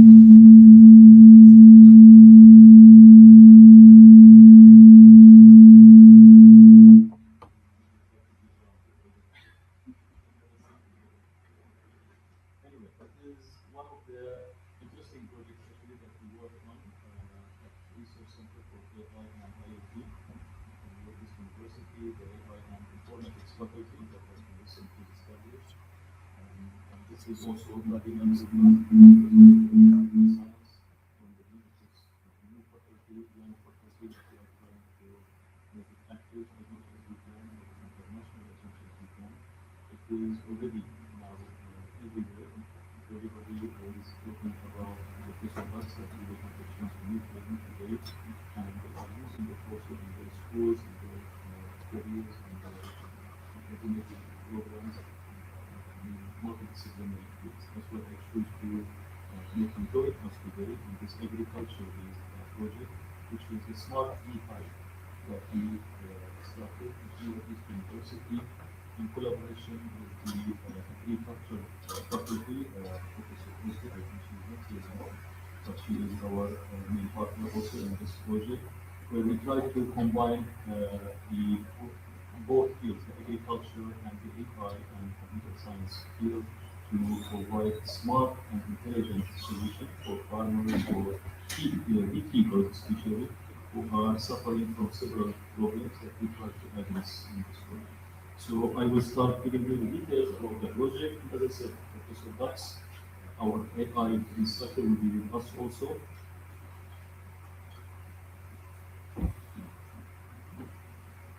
Dax, you hear us? Clearly, how can I assist you? Can you please join me with the audience who came to your presentation? Of course. Have you join us for this exciting presentation. Thank you. In our work on smart beehive and AI technology. We're looking forward to sharing insights and learning together. Let's make this event informative and engaging. This is our presentation done. And feel free to interrupt me anytime if you have any questions. Before we start, as usual, I try to remind myself and the audience about a very important term, buzzing issue term, which is the AI that everybody is using nowadays. What do we mean by AI, artificial intelligence? Lots of people, they have different definitions for it. You can search yourself in the literature, you find multiple definitions. Some people they define it as human interaction, others define it as the learning and reasoning by machines without the intervention of humans. But to me, the most, I think, accurate definition is the one that says it is a model of information processing. Wherever we are processing raw data and providing you useful information, this is real intelligence. This is what we mean by artificial intelligence, and we work in multiple projects to provide smart decisions or smart results. But we didn't stop here. Recently, another buzzing word came, which is the artificial general AI or generative AI, where we are generating original text or original figures, original music by AI. So it is indeed the creation of original content like text, images, or music, but just purely from the existing patterns in the internet or in the source that we provide to the internet. And this is what we rely on in generating our official facts of our solutions in the research. So we are relying nowadays on generative AI that generate by itself human-like responses to interact with you as if he is a real person, understanding you, understanding the context of what you present. Before I start, I will give you an overview about the project itself, which is simply one of the last decade projects that they have been using it in the agriculture field or the farms, where they have kind of sensors connected with a microcontroller and delivering some raw data from the field. But what we did is that, as I said, we have a generative AI to make it kind of smart beekeeper who is already in the farm, 24/7 in that farm, responding to any change that can happen with the beehive or in the field, and giving directly smart decisions or smart actions to protect that product, which is the honey that we are looking for in this project.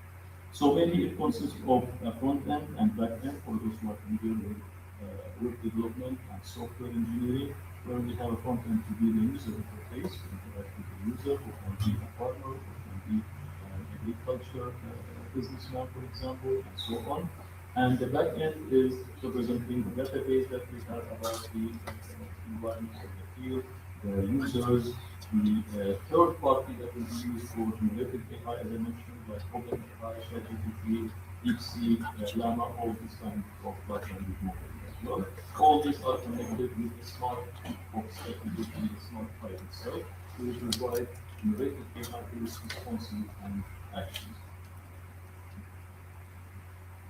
Why we need it? Why it is important? Simply because bees and honey are the main resource actually. If you look deep into it in the ecosystem, and you will find it is almost about preserving the balance of nature and ensuring global food security for future generation. It is entering in all types of products or organic things that we are using or eating.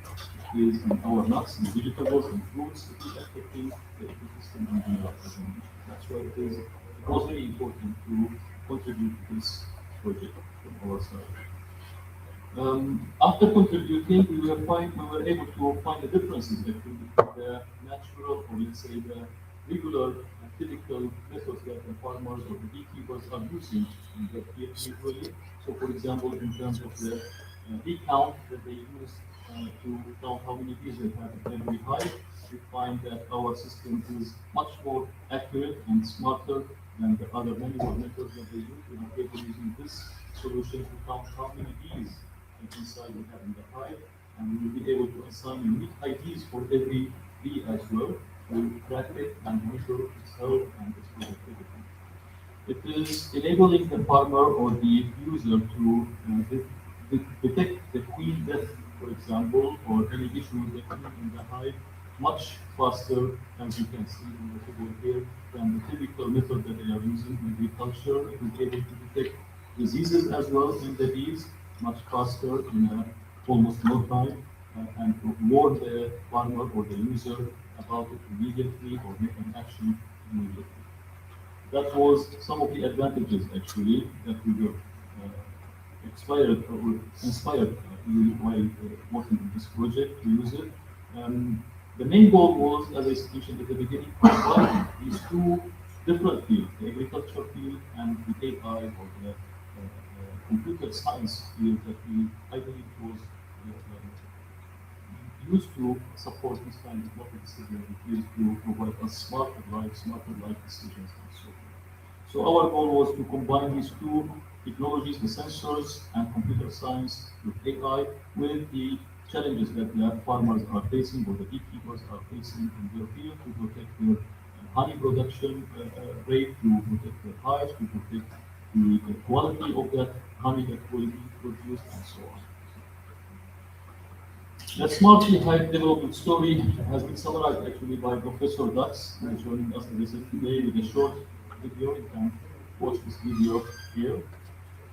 We tried to summarize what we did exactly from scratch. We started with our 3D printer in the center where we printed the box, the smart box that will be installed. We added the the microprocessor in that box, connected multiple sensors as I mentioned before, and tried to provide some kind of intelligence remotely over this board that will be attached to the hive. We have to provide kind of temperature, humidity, other kind of agricultural factors that affect the productivity of the honey. So we produce all these locally here, as I mentioned, in this university at our center, and that was the final product that we call beta product actually before the finalized mass of production. And we were able to control this hive remotely, as I mentioned, from our offices to reactivate it, to send some maybe warning messages to the beekeeper and so on. Here in the coming part, you can see what the beekeeper dashboard can provide the beekeeper. So it will provide them a live location tracking for the hive itself. Somebody take a hive from one place to another and will be able to track it. It will be able also to provide kind of initial and current location for the hive itself and make notifications via emails, messages, as I mentioned, to the beekeepers. It will provide kind of data analysis for specific factors that affect this business, including the temperature, the humidity, the frequencies that the hive is detecting while the bees are working or busy doing or producing honey in the hive itself. And all these factors was in the past difficult to collect, especially with the harsh environment outside in the field. So we were able to make it waterproof and enabled in outdoor environments. For example, one of the important things that this smart hive is detecting, as I said, is the queen inside the hive, because without the queen, easily manufactured. They are sometimes taken even from the hive and will be used as hive. So detection of the bee queen was important for us using one of these AI models that are used in the hive to detect it. So for example, in this photo that will be processed in the hive itself, the AI model will be able to tell us something about it. Maybe I can ask Dax here about it. Dax, what do you see in figure 1? In figure 1, we see a total of 12 bees and 1 queen. This is crucial for the hive survival, as she is responsible for reproduction and maintaining the colony's population. This figure highlights the importance of the queen bee's role in the hive structure and function.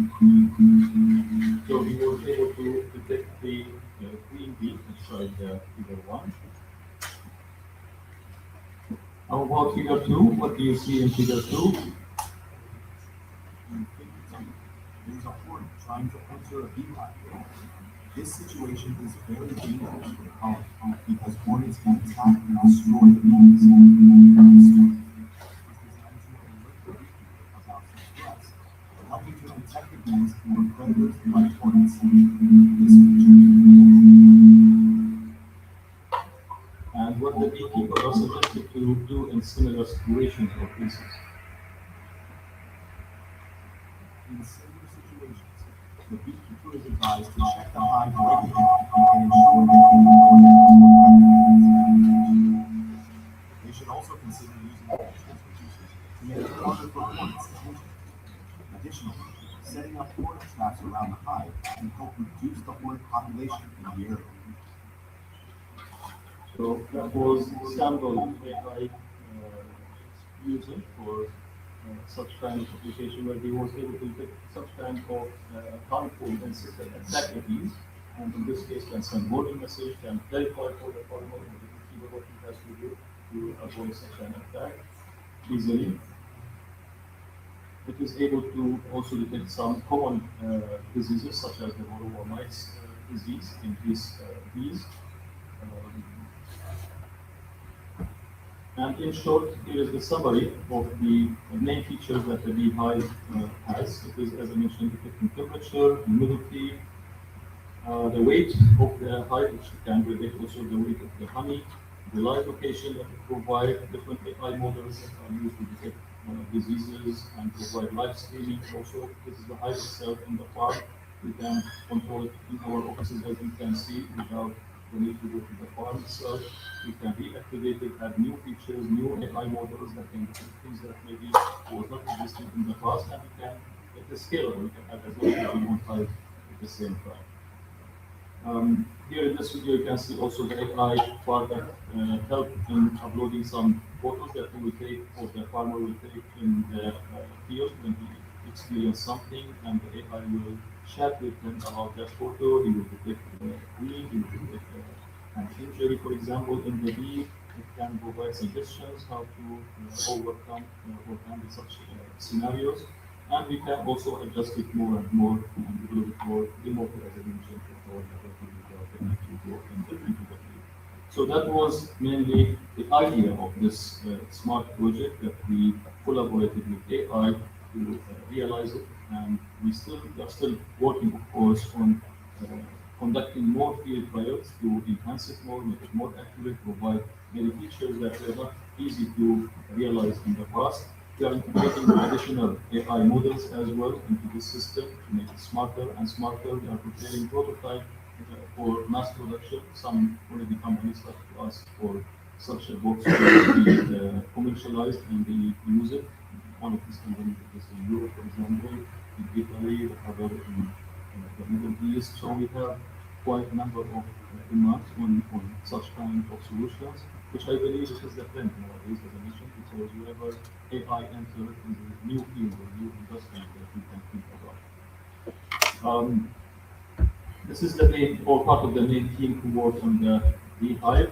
As I said, me and Dr. Huja, plus the IoT and AI Research Center, and a couple of practical members as well abroad.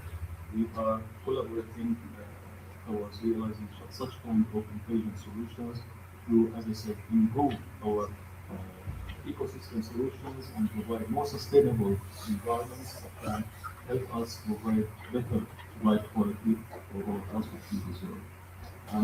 Let me just ask, that's last thing. If you would like to add something else, would you like to add something by the end of this presentation?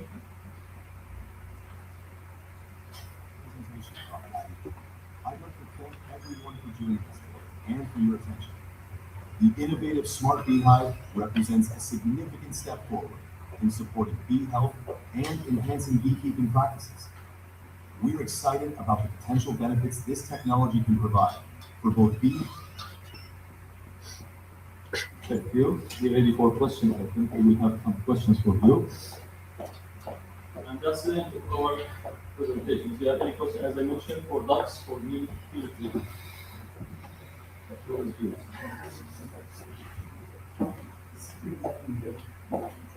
Feel free to challenge them if you have any questions. Please.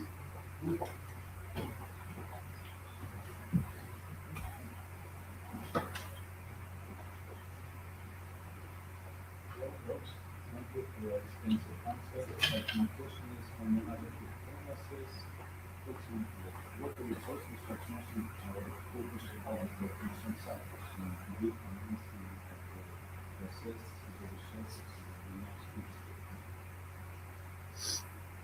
Assessing the water resources of the Turkish Republic of Northern Cyprus involves considering factors such as available freshwater sources, groundwater reserves, and the impacts of climate change on precipitation patterns. For the next 2 decades, it's essential to focus on sustainable water management strategies, such as improving water conservation practices, enhancing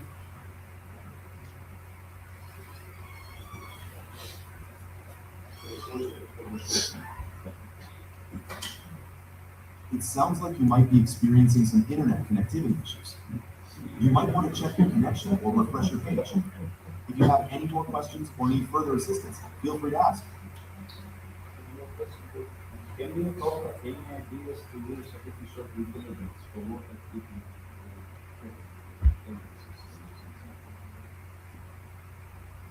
Certainly, artificial intelligence can play a significant role in managing water resources in northern Cyprus. Here are a few ideas. 1. Predictive analytics.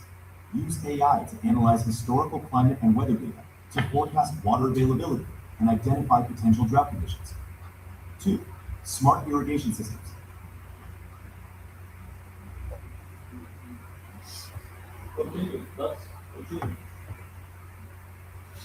Certainly. Continuing from where we left off. Smart irrigation systems. Implement AI-driven irrigation systems that optimize water usage based on real-time soil moisture data, weather forecasts, and crop water requirements. This can help conserve water and improve crop yields. 3. Leak detection and management. Use AI to monitor and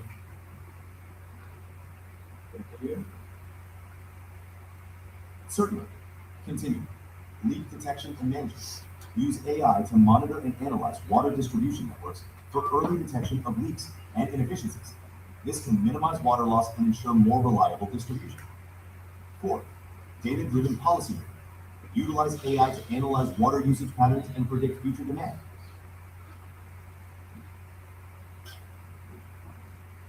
Can you offer any ideas to restrict water consumption for those people who use water systems?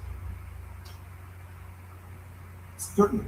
Here are a few ideas to manage and restrict excessive water consumption. 1. Tiered pricing.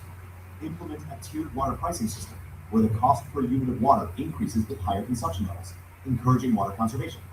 2. Water usage monitoring. Provide smart water meters to households that allow users to track their consumption.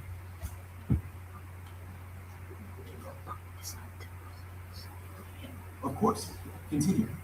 Water conservation education. Launch awareness campaigns to educate the public about the importance of water conservation and share practical tips for reducing water use. 4. Incentives for reducing consumption. Offer rebates or incentives for households and businesses that achieve significant reductions in their water usage. Any more questions? Please ask me good questions.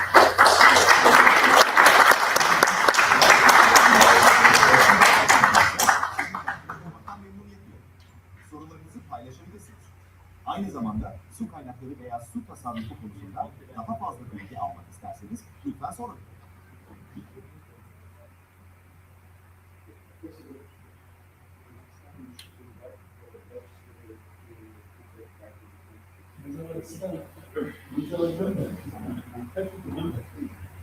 Thank you very much, everybody.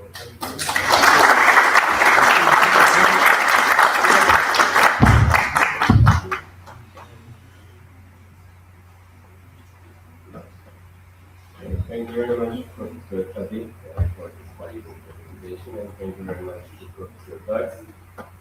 As of our next speaker, I would like to invite Professor Dr. Masoud from Campus International University for the presentation.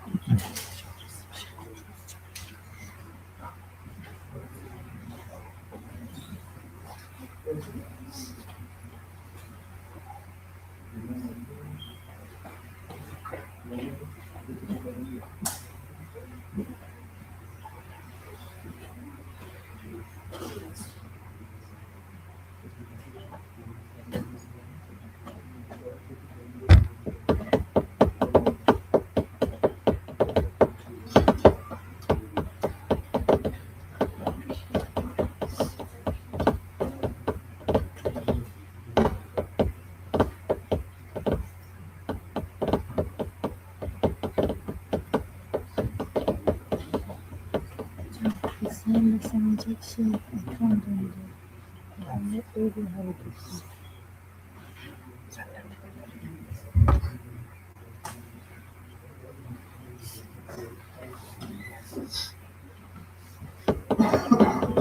Okay, so I can first of all propose that we can use for invitation for the organization of the nearest university. So I'm happy to see on their pages also on the audience side. So today, as usual, as I'm always doing, I'm talking about energy system issues in Swedish professional organization. Mainly as a macro view today of discussing here what is happening in Northern Cyprus, what are the challenges that we are facing or facing as problems, and what will be the roadmap, what will be the roadmap, I will share my ideas of course, supporting some sample on best practices all around the world, and they will concentrate key because they have different roadmaps for the consider the energy, general primary energy, and also switch on electricity. So briefly, I'm Professor of Energy in Cyprus International University since 2007. I'm working also I'm working as an advisor to the Minister of Economy and Energy. Again, since 2008, different ministers, I report about structural which is another challenge that we are facing in Cyprus. So very briefly, I did already this introduction, but we will talk about the challenges as I said and tasks that we already have. Then we will talk about strategic roadmap, which actions can be taken, which policies should be somehow developed, and what are monitoring to be done in order to somehow complete this cycle. Of course, we will concentrate on any of them. We will talk about the bylaws, and finally, we will talk about how we can sustain shifting from state to system. We will talk about this. What is the situation at the time being in Northern Cyprus? First of all, I can tell you, we have Dr. Porter. So these up-to-date data, I try to extract from different sources and bring them together. And I think you cannot see this data from anywhere every time, unfortunately. As you can see, these are the imported fossil fuels. Why I'm starting with fossil fuels? Because now you will see fossil fuels are the main source of our energy in global. Also in Cyprus, we are nearly 100%, 95% dependent on the export of fossil fuels. So when you look from this point of view, mainly we are dependent on crude oil, and then roadside, and then gasoline. So these are the main sources that we are consuming. Unfortunately, is coal. This is another discussion. Unfortunately, all of the mass, we can discuss it later, right?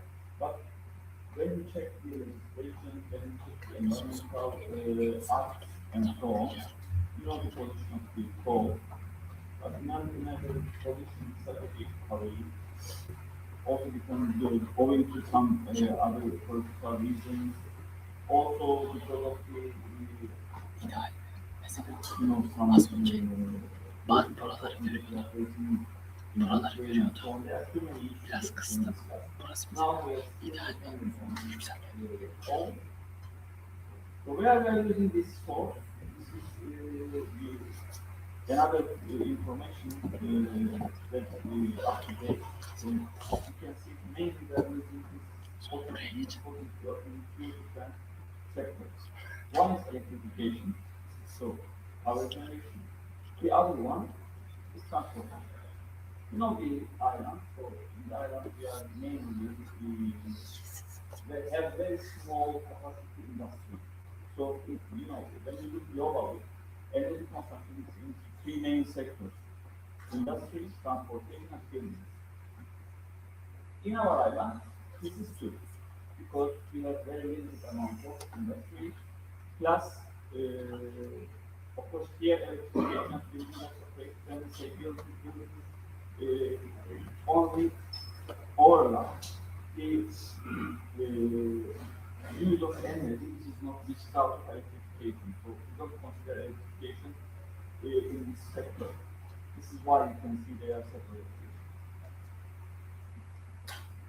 So, when you look to the electricity side of the issue, why electricity is very important? Because you see, nearly half of the fossil fuels are consumed in electricity production. This is why electrification is very important. Also, when you look at the Green Deal of EU, they are one of the tools that they like to have a net zero carbon continent. They are using electrification. So even in industry, also their transportation, you know, we are talking about transportation, not on the top, we are using them. So electrification is an important tool by reaching net carbon or gigacarbon at the end of the day continents.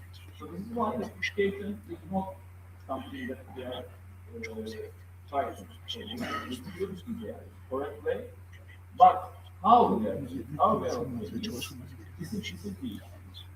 So I'm explaining.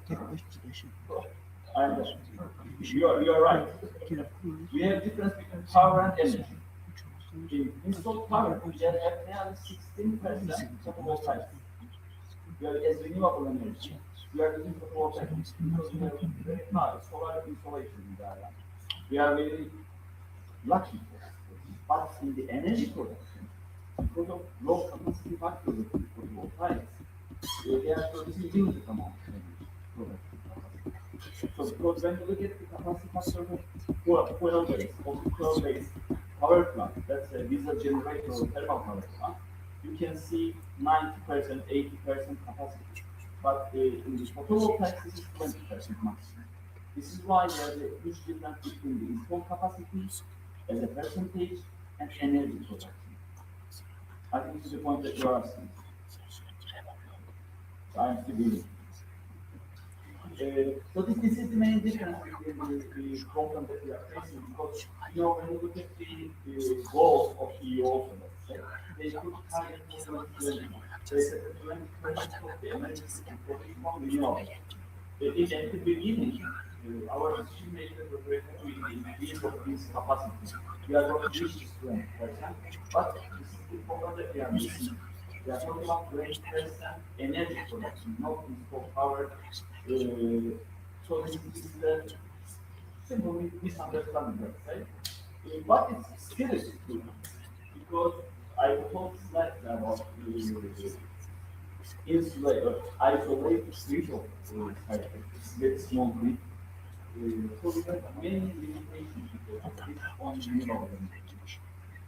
This is the point that I'm trying to emphasize. As you can see here, we would like to increase the portion of renewables.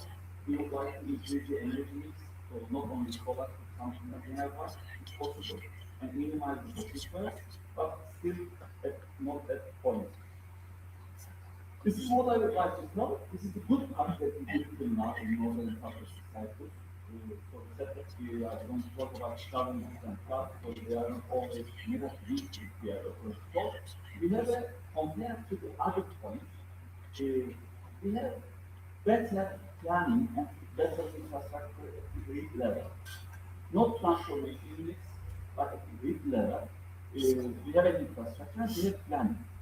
So our local authority took that working on these grids, of course, according to their budgets, I cannot talk about the policy they are carrying out, but they have a plan from the technical guide that we are discussing, this planning, and it's created that grid. We have limitations. Why? Because we are not interconnected. Just interconnected, limited interconnection to this side. So we have very low capacity. Still, we have low voltage lines, main grid lines, which has high losses. But this side is not bad. On the demand side, we have an increasing trend. When you look at the average, it's approximately 5% annually. And if you consider this increase for 5 years, in nearby, with maximum 4 years, we will be out of capacity. It's very clear. If you want to take as an operational capacity now, we are on the verge of being out of capacity. But as a total capacity also, we will be out of this boundary. Because in the previous slide I mentioned that we have nearly 620 megawatt total installed capacity now for energy production. In 4 years, this is installed capacity. As you know, because of operation, maintenance issues, service, and so on. Generally, operational capacity is nearly 450. So if you look at this drawing, this year, last year we reached 425 peaks. So we have huge capacity program in northern side. We don't have, again, we come to the same point, we don't have energy program. When you look at the total amount of energy produced, we have capacity program because instant energy needs which is not covered is huge at some times, peak times, but because of these peak times, we have energy shortage, electricity shortages. Because of this, the capacity should be used widely. Also on the institutional side, legal framework, regulatory framework, we have unfortunately we have structural programs. So we have energy bodies like Renewable Energy Board, let's say 12 units, 12 offices, they are all working under Ministry of Energy, Economy and Energy. But unfortunately, our local authority is affiliated by the Prime Minister. And the other issue, why this is important? Because 50% of the energy is used in electricity. In our daily life, as you can see, we are consuming huge amount of electricity, and our life is electricity every day more and more. So this is important for us. And also there's another issue that challenging us. The structural positions of these bodies and their affiliation changing year by year or in 2 years' time as soon as the governmental positions, the governmental organizations change. This is a challenge for the sustainability in the governance practice of energy. So very briefly, we talk about demand problem, we talk about energy mix problem, we talk about governance problem, and also energy efficiency, which is very important for us because always we say, first of all, we must minimize the consumption as much as we can without minimizing the comfort of services. This is one. This is simple definition of energy efficiency. And then we try to produce energy or increase the capacity. But unfortunately, we're doing the wrong way, vice versa. We try to increase the capacity first, then think about efficiency. Did we do anything? Yes, we did something. In the last 50 years of PRNC. We did some actions, but without putting any target, without having any policy, without having a roadmap. We did actions like remember actions. For example, we try to create a solution there. We did some strategic plan in 2014. We have a strategic plan for energy efficiency. Then there was no action is taken according to this plan. We did some electrical tariff policy. This is something good and effective method for demand side management. We did awareness raising and capacity building projects. Some of them supported by the USA, some of them supported by EU, just few of them supported by our government. And also there are some municipal actions taken at local level. But these are the actions, as I said, without any roadmap or without any strategy. So, briefly, these are the problems that we are facing on the north side when you look from macro view. So, what should be this figure or what should be the roadmap? We discuss, of course, this is the result of our team. So, I'm presenting you some solutions according to the discussion that took with the experts that I'm working together. So, first of all, we have very limited legislation. Only 8 laws, and by the way, they are very old.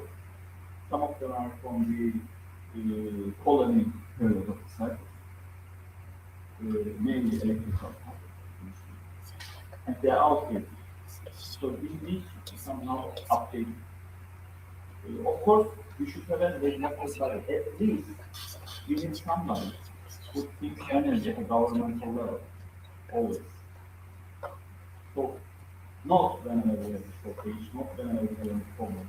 Unfortunately, we don't have this. Even the energy part of the ministry, changing the ministry sometimes. Sometimes agriculture ministry owns the energy, sometimes economy. So even the position is not clarified. It's not perfectly clarified. And now I'm working with this ministry, as I said, there are key officers. Key officers working. And now there is no decision maker except the deputy minister and minister, unfortunately. And they are energy. Fortunately, now the deputy minister is a technical guy. He's an academician from University Press previously. So we are happy. At least he's technical. He's not far away from the field. Academician. He thought we work with the economic guys, we work with the region guys, etc. So, of course, we respect that. But this is something else. Also, there are some draft bylaws and laws already prepared, but waiting for the approval from by the parliament. As I remember, energy efficiency was waiting for last 5 or 6 years. Same as the regulatory authority law. So they're all prepared, they're waiting for the approval. Also, ethical vehicle and charging infrastructure law still is there waiting. So, first of all, this that should be taken. Then energy efficiency. It's very clear that the energy that you produce is your first square. As soon as you minimize it, so I think you can use it somewhere else. It's already ready made for. So this is why energy efficiency is very important for us. So here we define it as a per square. Energy efficiency is per square. When we check the directive, it's defined like this. It's first and lowest cost to energy cost according to us. What should we do? First of all, we must have exit.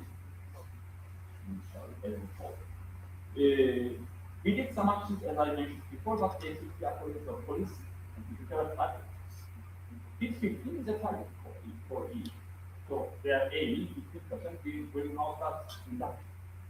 Also, 36%, 39% energy efficiency. So, you know, in 2020, this is the only point that EU failed. They took 20% energy efficiency target, they didn't achieve. Even southern Cyprus didn't achieve. They are paying fines and so on every year. But of course, they are the real approach in our direction.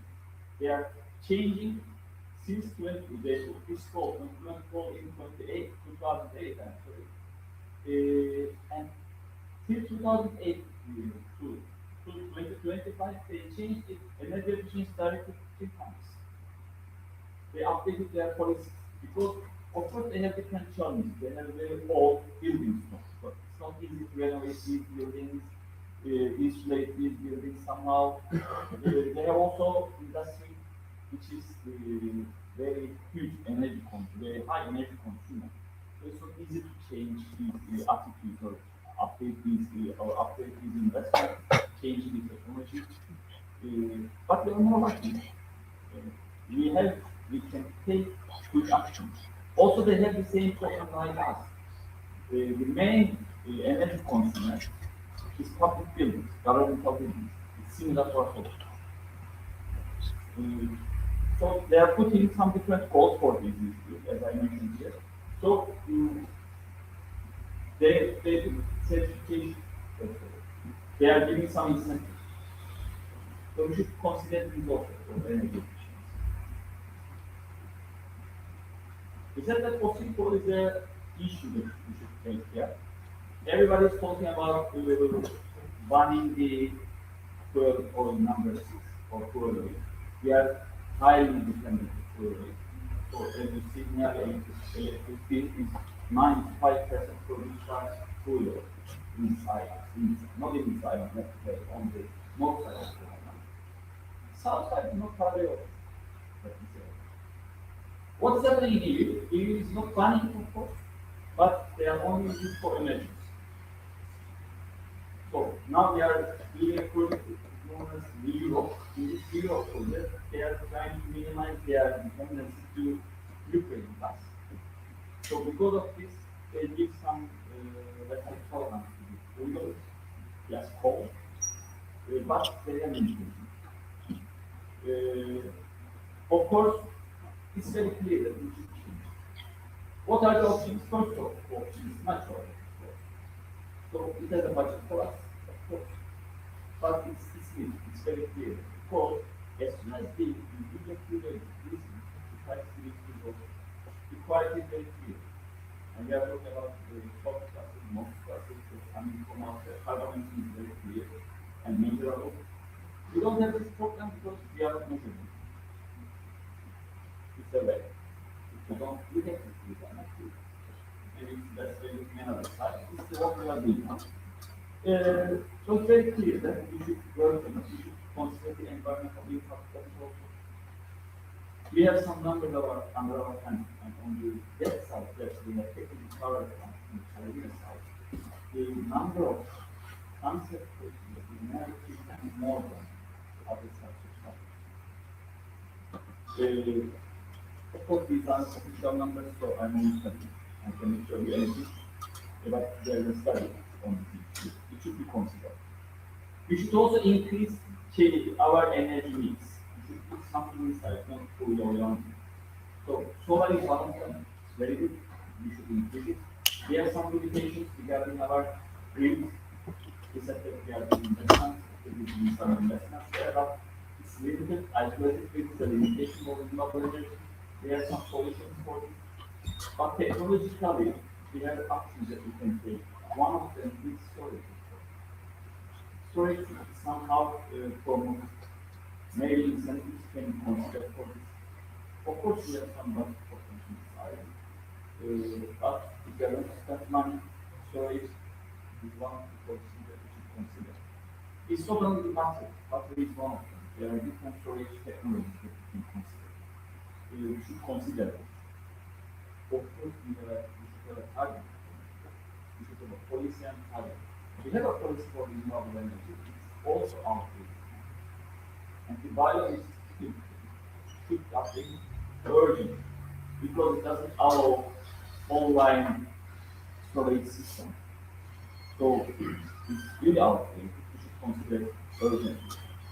And as I know, there's a board of renewable energy in the ministry. And according to my knowledge, maybe it's wrong, in the last 2 years they met just 2 times. So nobody is thinking what should be done. Nobody knows what markets need, what's the needs of the people. So there are too many issues we can discuss. The people who install PV, we name them as consumers, producers and consumers. They have huge advantage compared to the others. But the others who doesn't have, let's say, photovoltaic panels at their home should pay for the ones that is named as prosumers. This is another problem. And there are many things that we can talk, but it's very clear that we should increase our energy mix. So something else, maybe also biogas is one of them. We are talking now, and we are working on a project like this now.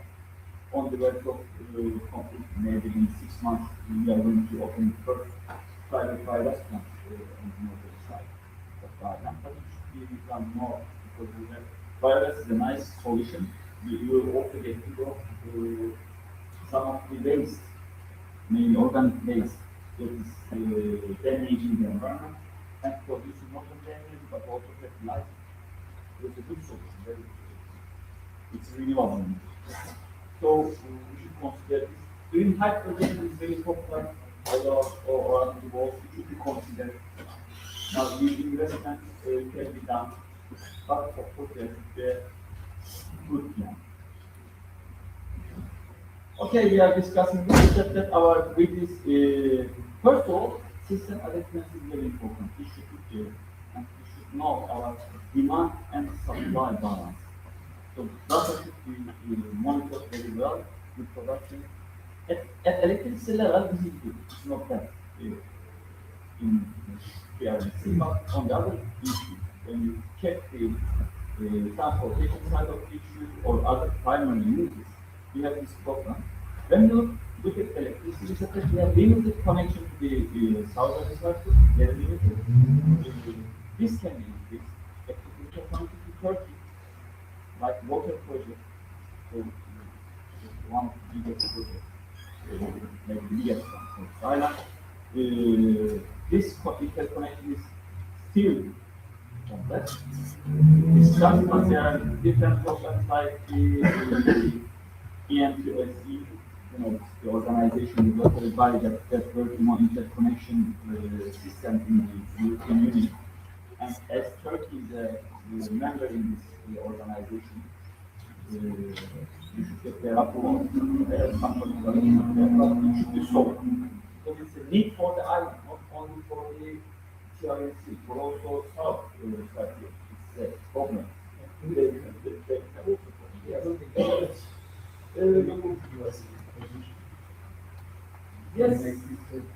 Yes, but there are different ways that we discuss. Maybe they have shortage of resources, they have local money. They have also energy security program, and that's an energy problem for them. They have this program, they are doing too many investments. Of course, some of Southern Cyprus here, they have some funds from you.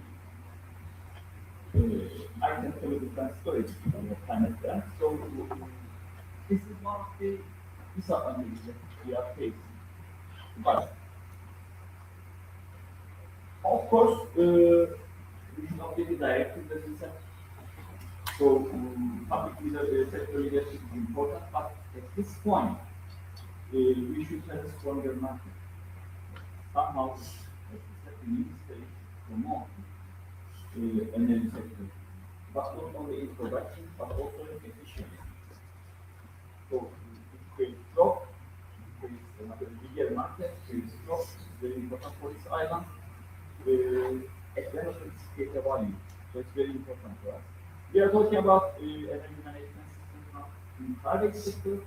Business working on this issue.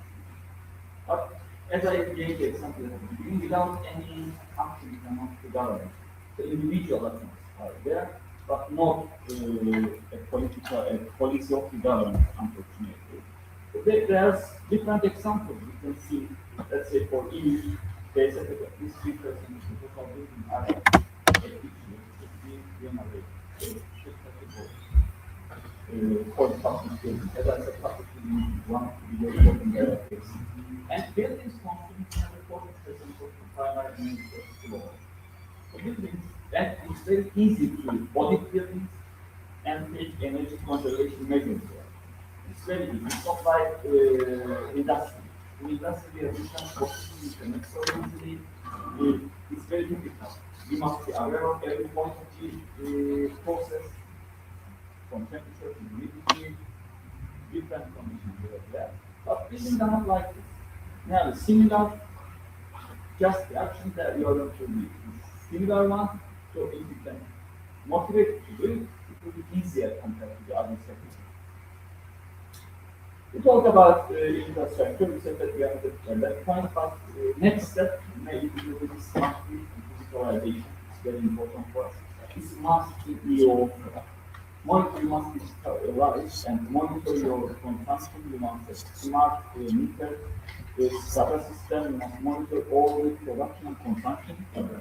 And as soon as you have data, you can take decisions. So you must have data according to your system. This is very important. But maybe this will be future work for us. To talk about that. So we are talking about electrical vehicles. According to my knowledge, more than 3,000 electrical cars are in the island. I don't know how many electrical cars there's no button which is evaluating these cars. We don't bring another, as I said, we are very vital. At least for charging stations, according to my knowledge, could get us a technical document now, but what the content I have to show. But it's very clear that it's not vital regarding the issue. In future time, we took to VPG, which is one of the vehicle to ground. So we are going to supply your energy from your car to your building. So the system will operate vice versa also. It's a good point for us. So it will get an energy for us. Start here, some challenges according to the batteries we are facing, but it's something coming. It's not that future works. It's in the market time being. So it will be in front of us. What is happening here? Electrical vehicles are very important as one way that we will have energy consumption control in the transportation. But the problem is we don't know they are not on the grid. Norway is the leading country now about electrical vehicles. Last year, 80% of the new cars are electrical vehicles, but they have big problems. They are interconnected. They have the highest wind energy, wind speed in Europe. Their capacity factor is nearly 40% in wind. The average is 25 to 30, and inside it is 15%. So 3 times of upstream. They have sources, but they have big problems because they couldn't control when these are the active system. So it needs a really good regulation. It's very clear. We have a lot, and we have 3,000 partners. We talk about governance. It's very, very clear that I'm going to use, I think, for too long. I'm sorry. We should have a centralized strategic energy planning decision-making system. We said that Prime Minister is in charge of this minister is in charge of this, the other one is doing something else. It doesn't work out. with socialism, still they are paying everything. One day we said that we don't have 98 octane, the other day we have. Why? We don't know the quality of the fuel that we are burning. So there are many problems we are facing. And maybe a regulatory body is very ambitious at the time being, but at least we are an organization. Now we have an energy committee, which I'm a member of.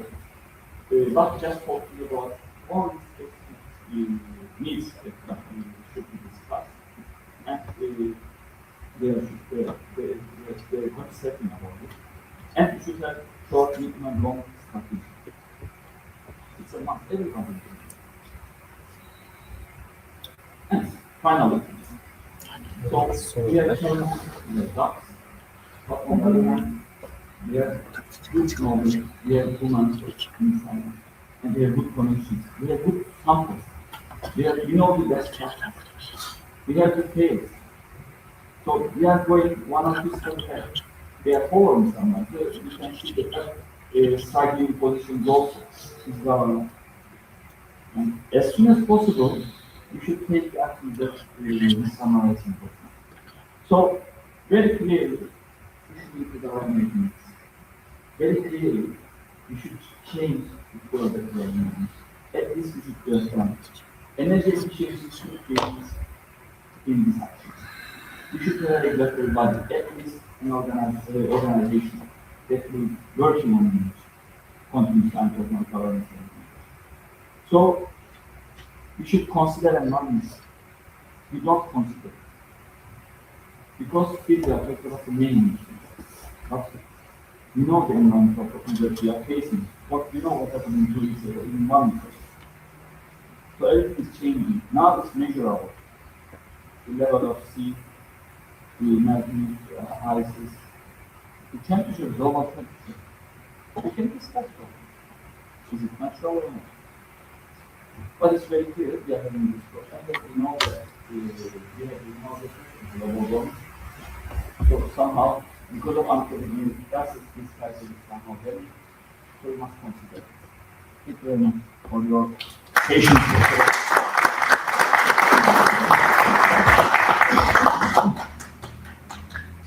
If you would like to then contribute a question.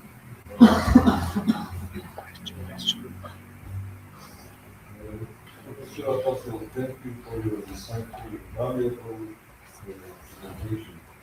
It was very thought-provoking. Even I'm not the subject expert matter. I really enjoy it.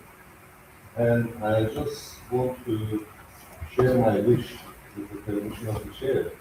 I wish the distinguished politicians had also listened to you before the morning session. Please conclude. Thank you very much. Thanks. Thank you.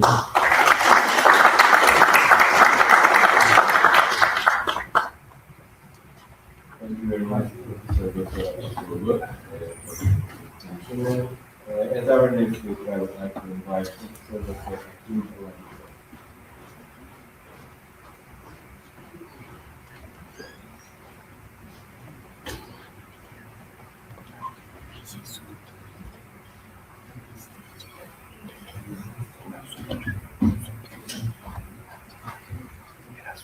Ben başbakanla şu indir kutu başına aşağı indir.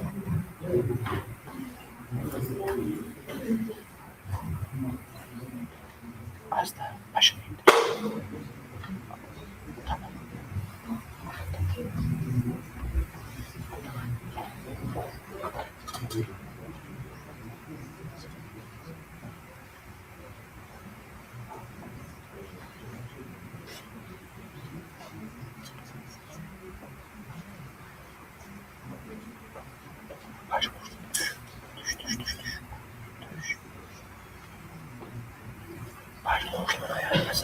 Hello everyone. Bana ne onlara baksana. Uygun mu sence? Baş boşluğu. Evet. I'm the organizing committee. I want to transfer the ball. Ne biliyorsun yapın desene. Today I'm going to discuss some of the issues we have in the Mediterranean region. Basically, I will focus on how we can innovate the system which we have around this place. Basically, we know that we have a problem, and the problem we have is that the Mediterranean region is a hotspot of climate problems. There are solutions that are being used. There's the water crisis, but the common solutions that are being used is not sustainable. When we look at the data up there, in the next years to come, as projected, by 2050, the water crisis is going to decrease by average of 30% across the Mediterranean region. But there are certain parts of this region that is more affected. That is the Mediterranean basin, places like Cyprus, Greece, and the North Africa. So the projection is by 2050, instead of going to 30%, this region is more stressed. So we're looking at 50% reduction. So what do people do? People rely on the rain. But the issue is, even the rain is very expensive these days. When you look at countries like Oman, it's even difficult to find rain. So we cannot depend on the rain. So what can we do? We need to find a way to innovate the existing problem or to innovate our solution. How do we do that? There are certain solutions we have currently. In the Mediterranean region, most of the water that we have, the total solid inside this water is between 10,000 to 20,000 TBS. So the common system that people use, the common thing we have around is using reverse osmosis, using desalination, and also brine management. Every one of us know that the reverse osmosis is the gold standard is used to treat water in Mediterranean region. And the reverse osmosis has reached the peak of its efficiency. It's a very good one. But what is the issue with reverse osmosis? It is highly energy intensive. The way it works is not suitable for countries that are poor, or not suitable for countries that have limitations. Reverse osmosis, it focuses on treating the total volume of water. So when you treat the total volume of water, it simply means that if you're going to treat an environment that the water is not too much salty, the energy that you are going to use is going to be too much. Another problem with reverse osmosis, the carbon footprint is very high. So you'll find in some region, places that 6-7 years ago, the salinity is less than 10,000. Specifically in Italy, there's a region. In the last 5-6 years, the salinity increases. Why? There's a lot of reverse osmosis system. So the problem is brine is being collected, and this brine is difficult for people to manage it. So it gets leached into the groundwater. And the brine, when it gets leached to the groundwater, it causes problems. So the limited amount of water we have in the ground gets contaminated. So what should we do? These reverse osmosis and these systems that are being used in the Mediterranean region. One thing you have to do is we need to basically innovate. We need innovation. We need a system that is of lower energy, a system that is flexible, that can actually solve problems. When you look at Cyprus, when you look at the water in Cyprus, we've got a lot of water there, but then the water is expensive. So when you look at the groundwater or the municipal water, the effluent from the municipal, looking at the solid, it's between maybe 2,000 to 10,000 milligrams per liter. These are resources. So we have the water, everybody goes there to swim, but water is expensive. The idea is that the reverse osmosis around. But the issue, the water it treats a total volume.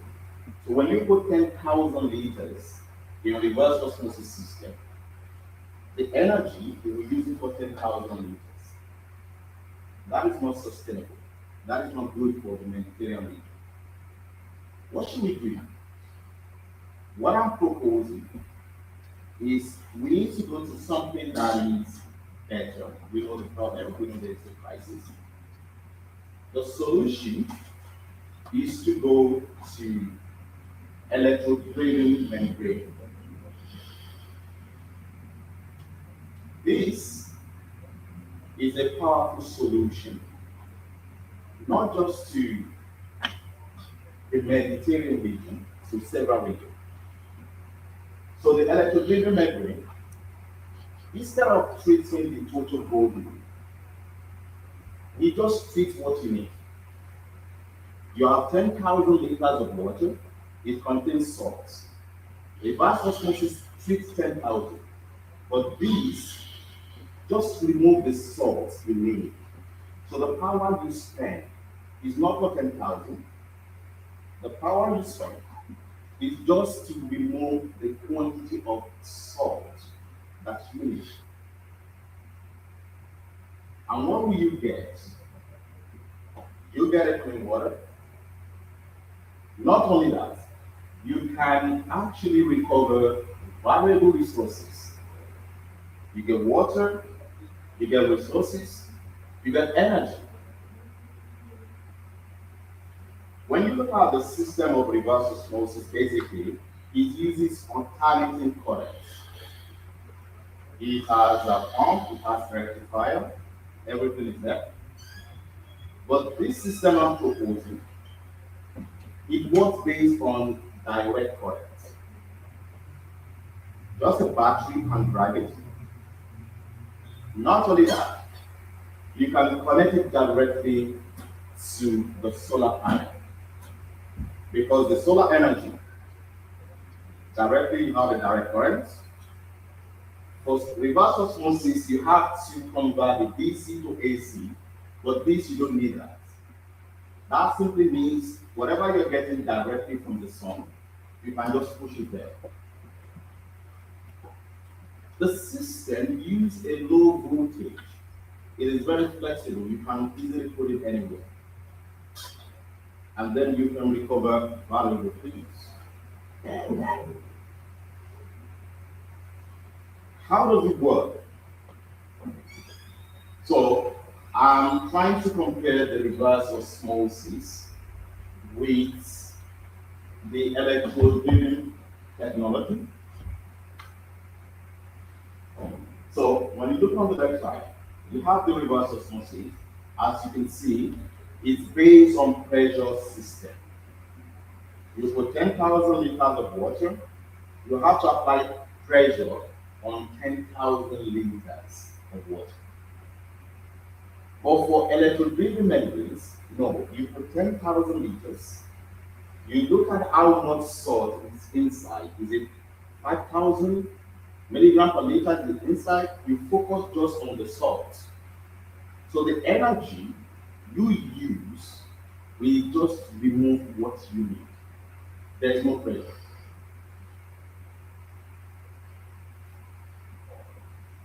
So we can get it in water, we can get the salt out. Not only that, we can also convert that to valuable materials.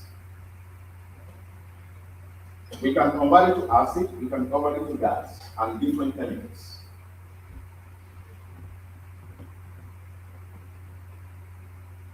Let's look at the science. Basically, it uses a membrane system. So it does have two kind of membranes, a cationic membrane and anionic membrane. Since we know that inside the water, the salty water we have salts, positive ions and negative ions. So what you have is these membranes, they are fixed just within the electrodes. So the positive ions, they move towards a positive electrode. So we've got a cathode somewhere there, that is cathode. So sodium, that is positive, they will move towards the cathode. When they move through those membranes, they are being blocked by the opposite charge. So this way, it creates two streams of water. It creates streams of water. One part that is clean water, you can recover 99% of water in a short amount of time. You can also recover brine and also valuable chemicals. So this electrodriven membrane, there is a lot of technologies around it. It's based on electrolysis, basically converting a non-thermodynamic system or a system that is non-originally spontaneous, converting it to spontaneous process through a kind of a battery way. So let's see some of the types of these electrodriven technologies. We have different types. The first one here is the simplest one. You can find it in several countries. So this is just the one you put in water and then you can remove the salts. We have another one here which is actually based on adsorption system. So what happens is the ions in the water system, they get sucked up in the porous electrode that you have by this other side. And likewise, when you look at the third one, this is the most efficient system of electrodriven technology. It produces clean water, it recovers valuable resources, and then it can actually do it at a very low energy.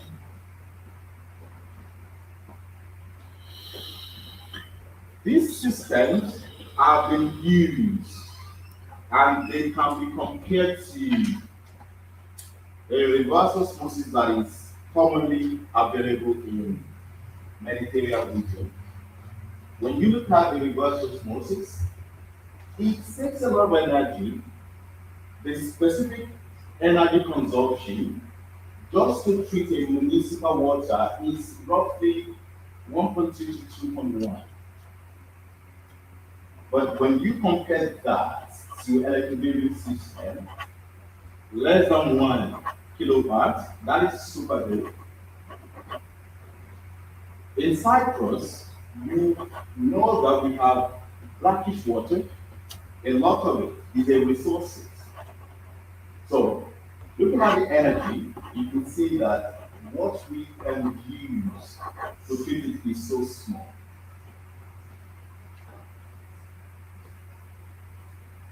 Even though the system is a new technology that has been adopted, it has its own problem. And there's a lot of work that is ongoing with that.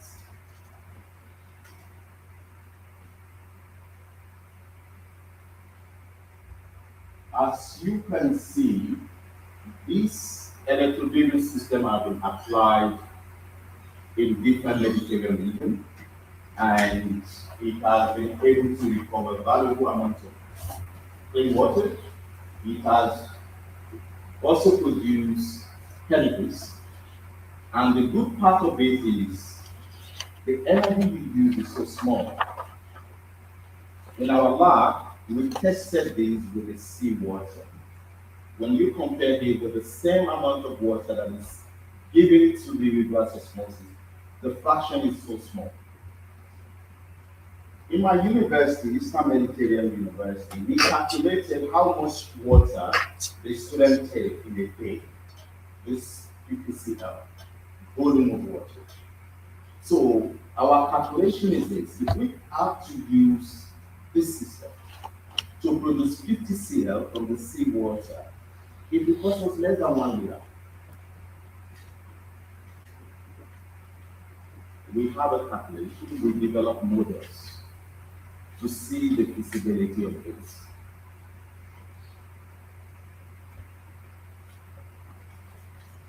One other thing that the people in the Mediterranean region is forgetting: we have the sea, which is very salty.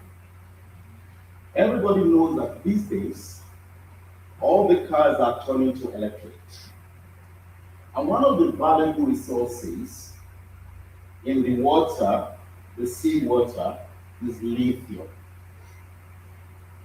Even though we have a problem, we want to treat the water.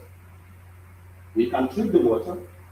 We can also take gold from the water. And the gold is lithium. That is important. If you can produce lithium, you can power a lot of cars because you need lithium for the battery. Research has shown that the lithium within the water system is about 8,000 more than on the ground. But the common system that we have in this Mediterranean region only treats water. Even though it recovers small amount of salt, it's not effective. So we need a system that is going to treat water, it's going to give us money back, and you can manage it for several years. So, in the seawater that is salty, when we talk about salt, people believe salt is sodium chloride. No, the salt is not just sodium chloride. There's different salts inside it. We have calcium carbonate, we have calcium sulfate, we have lithium. All these things are within the water system. But what is the problem?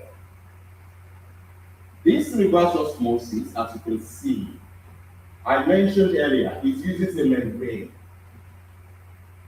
So if the idea, if the goal is to treat water, and the goal is to recover valuable material, like if you want to recover lithium or a specific materials, you need to design this membrane to be very selective. So the idea about this system is, unlike the reverse osmosis that is not flexible, this one is flexible. My goal, I want lithium, I want magnesium, I want this.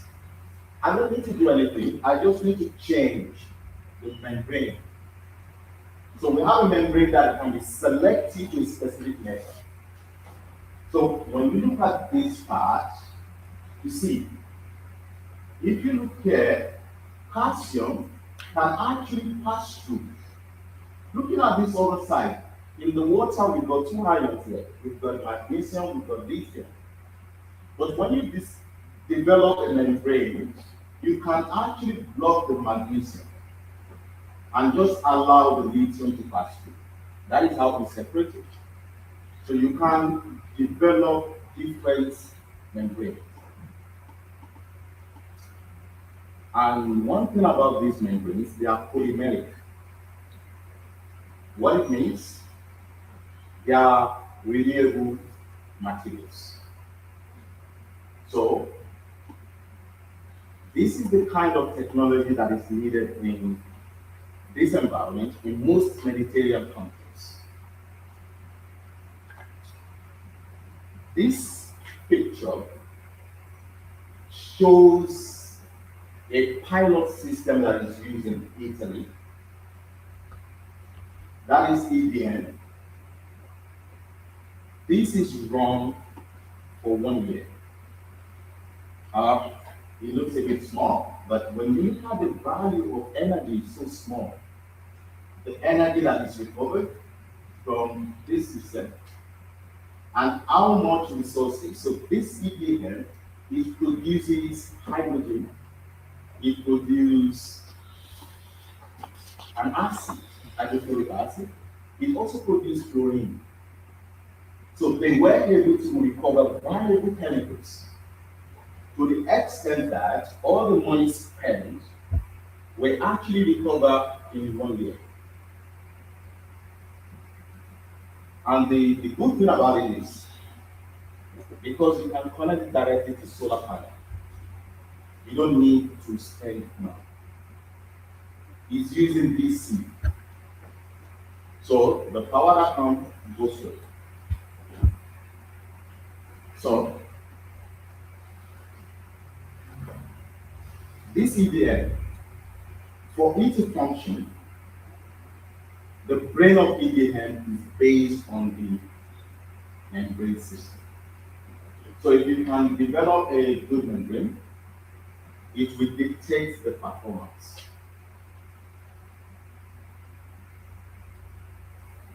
The current issue with this membrane is, as we all know, it's always have a problem. There's a membrane fouling, there's scaling. Some of the salts in the water, they get absorbed on the surface of the membrane. So it blocks the performance and the efficiency. That is the problem that people face when you are using this electro-driven system. So its performance, its good things, has its own problem. But every problem in science also has a solution. So people decide to move away from polymeric membranes and start to go towards ceramic membranes that are more stable. So there's one thing we did. We found a research. This research actually focused on commercializing this EDN. So the research was conducted by some group of scientists. It was done for a large scale to see how it works. Can it treat water that is very salty? Can it also treat water that is less salty? And it works fine. But this scale is a small scale, laboratory scale. So for us, what we did was to develop a techno-economic model to see how we can actually scale that laboratory scale, to scale it up to industrial level that will make it attractive to investors, to the governments, to any other person. One thing we did was we run our model. We look at the scenarios. We look at 3 different scenarios.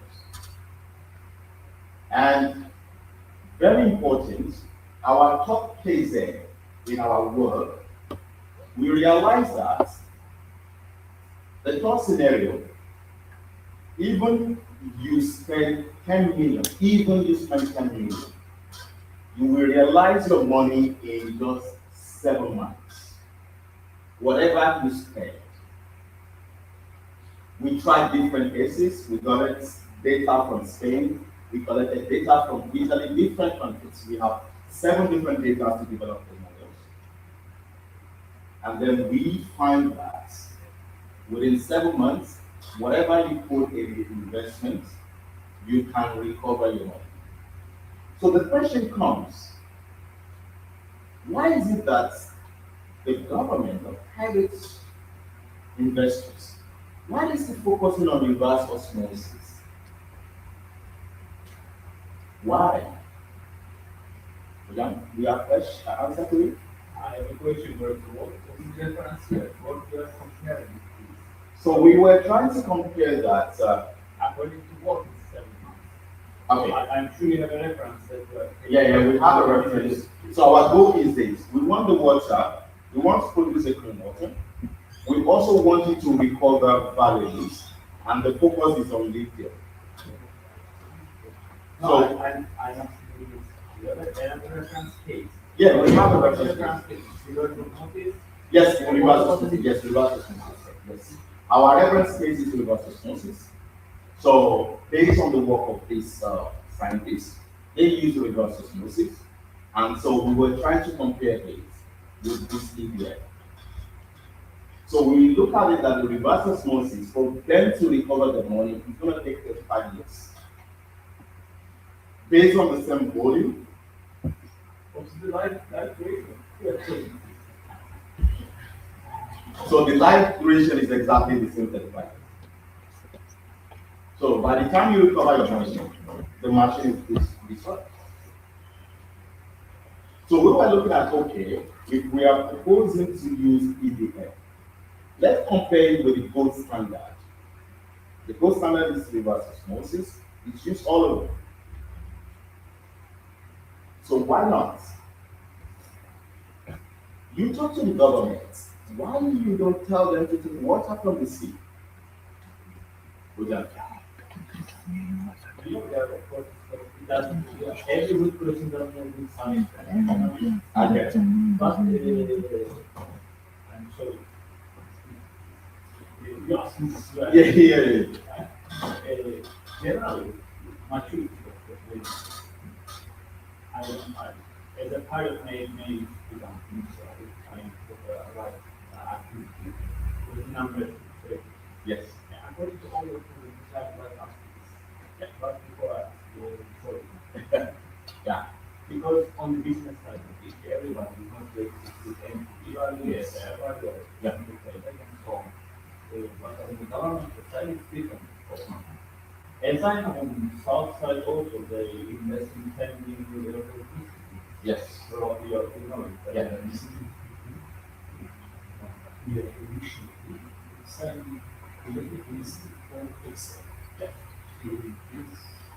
And it's about the operation maintenance, as I said, megawatt maturity. I don't know, maybe there is not enough trust on technology yet. I don't know. This is your duty to convince them. Yes, exactly. For our duty to convince the government. Because the one that invested a lot of money to, the last time, the NP had, it doesn't make sense. You need to return whatever you put in investment so that you can scale it around. But the reverse osmosis cannot do that. You know, there are very big problems in that. You know better than me, at least the information knowledge. But I know plants over 1,000, 2,000 tons per day. They're changing in 3 months, usually different. In every 3 months, 6 months. That's so good. But they are paying.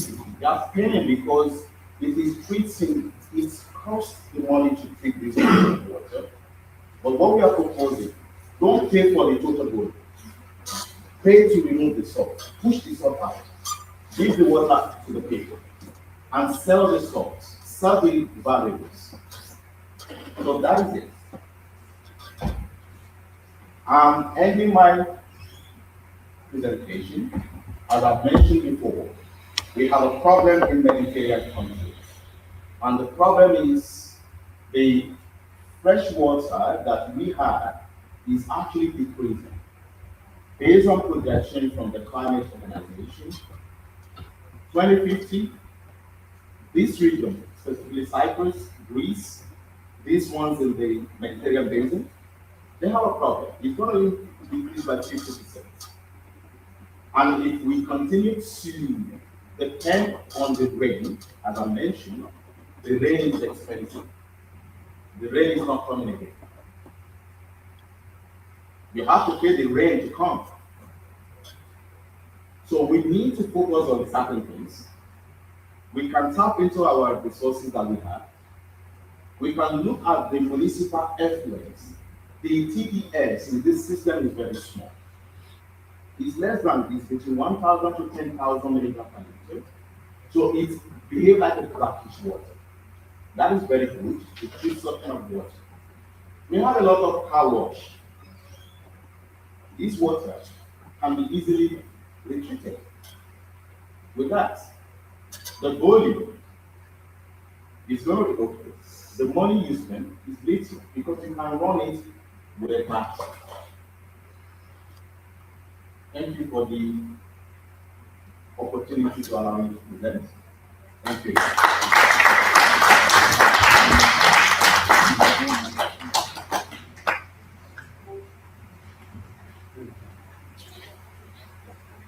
I would know if there's anybody has a question. Thank you for the opportunity.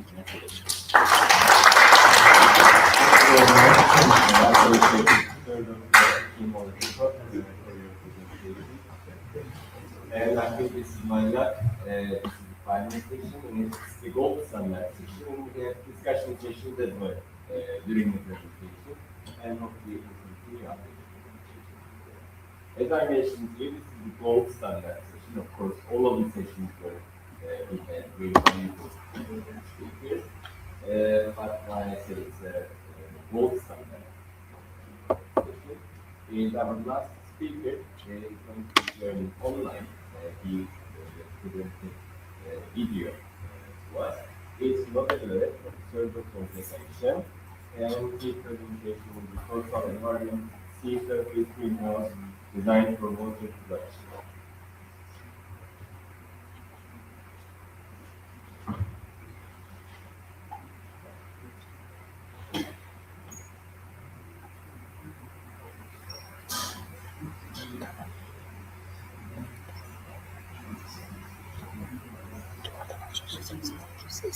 Tamam.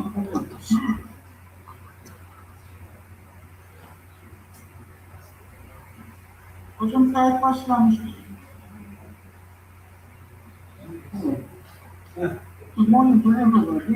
It is a pleasure for me the International Conference on Natural Resources and Sustainable Environment Management, which has been organized by Near East University in Cyprus.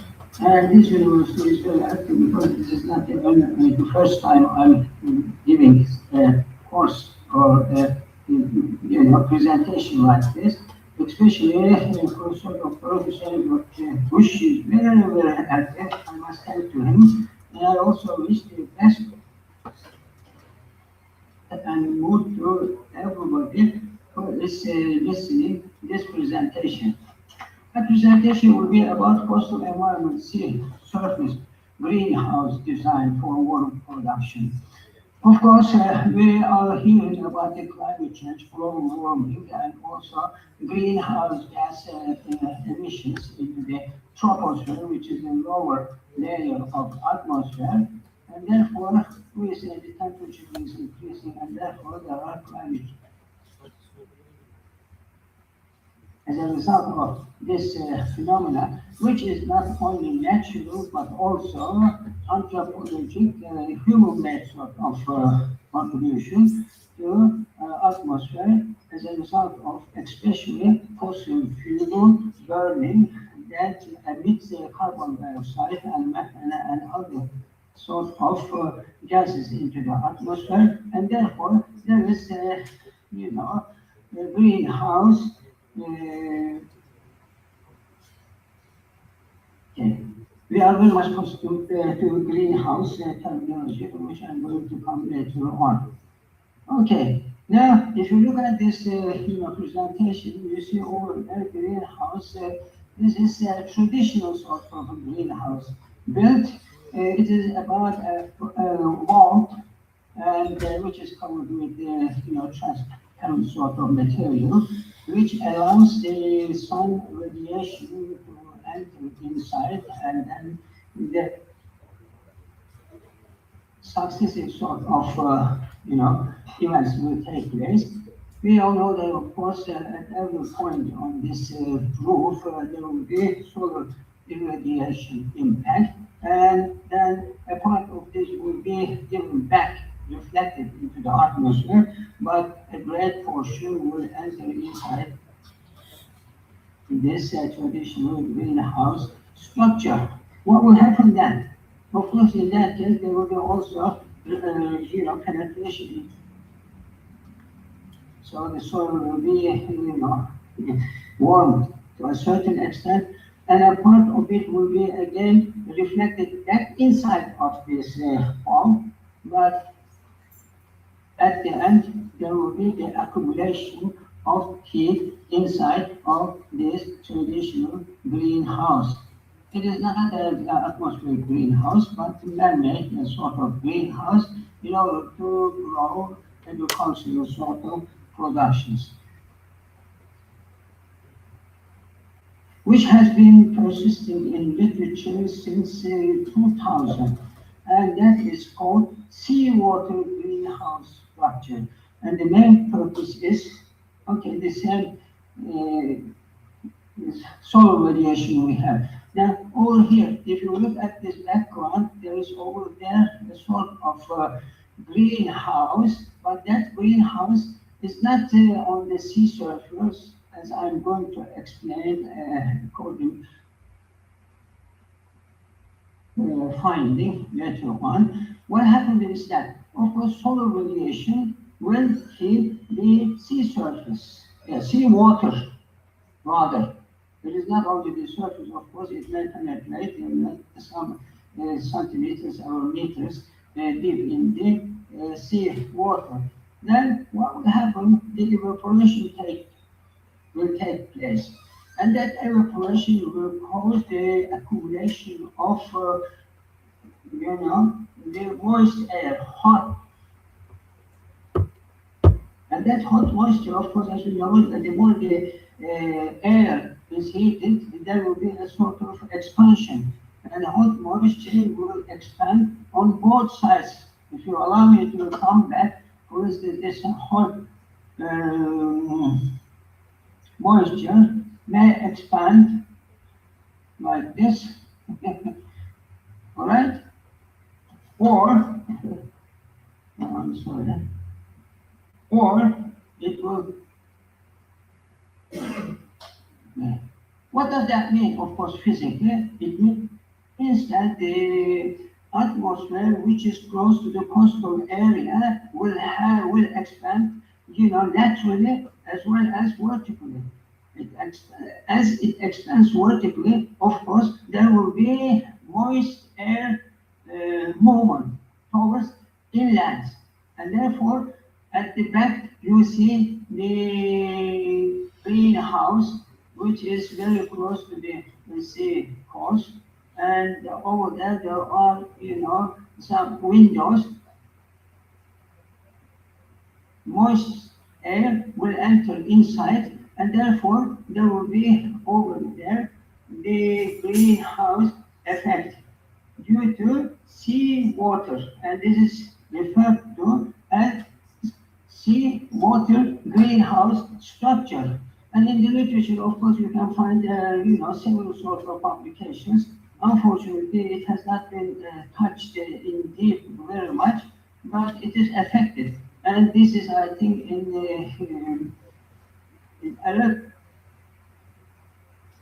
maybe in Qatar or Emirates. Okay, now my idea, I have given you information about the traditional sort of greenhouse structure and also the one which is a little bit more technological. Sea water greenhouse structure, as you see in this slide over here. Let me make it bigger. Over here. So the idea is very clear. All this, papers in the literature, then it occurred in my mind that there may be something far better than this. You see, it has not been published anywhere. The first time you are hearing from my presentation here. Now, think about the coastal line. Of course, this is the land area, and then we have this over there, this sea. Now, as far as the solar radiation, impact is concerned, of course, there will be is black or white.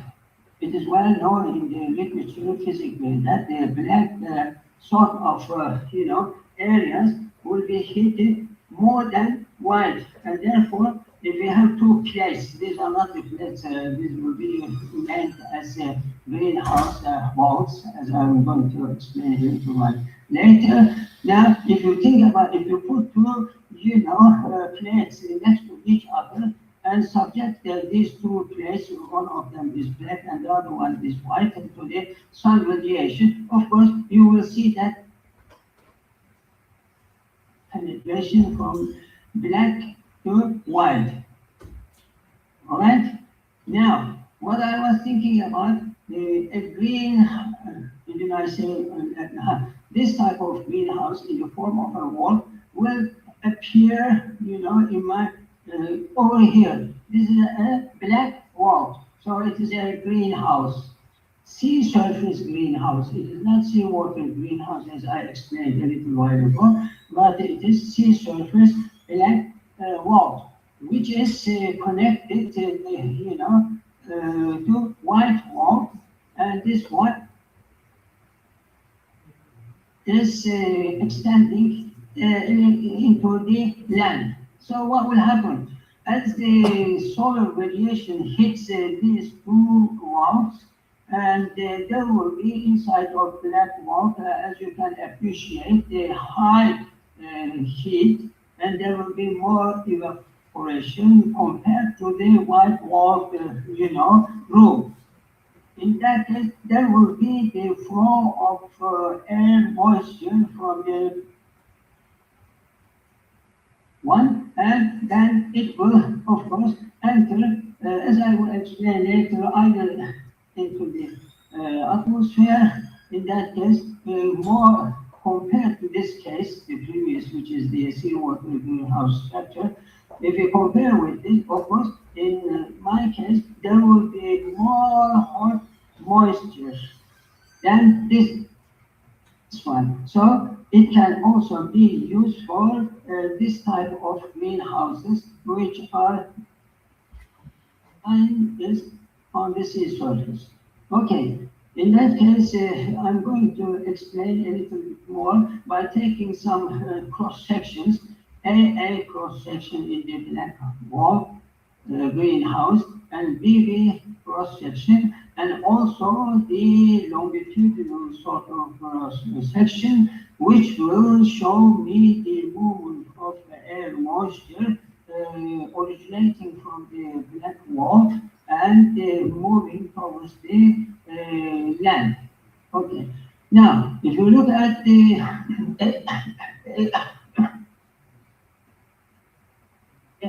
a cross section, which is this one, black wall, of course, it will have more sort of room, including the seawater over here, and that is the seabed. Of course, we have to fix all this, sea surface greenhouse structure at the sea bottom by concrete or other sort of technological joint. Okay. Now, another one,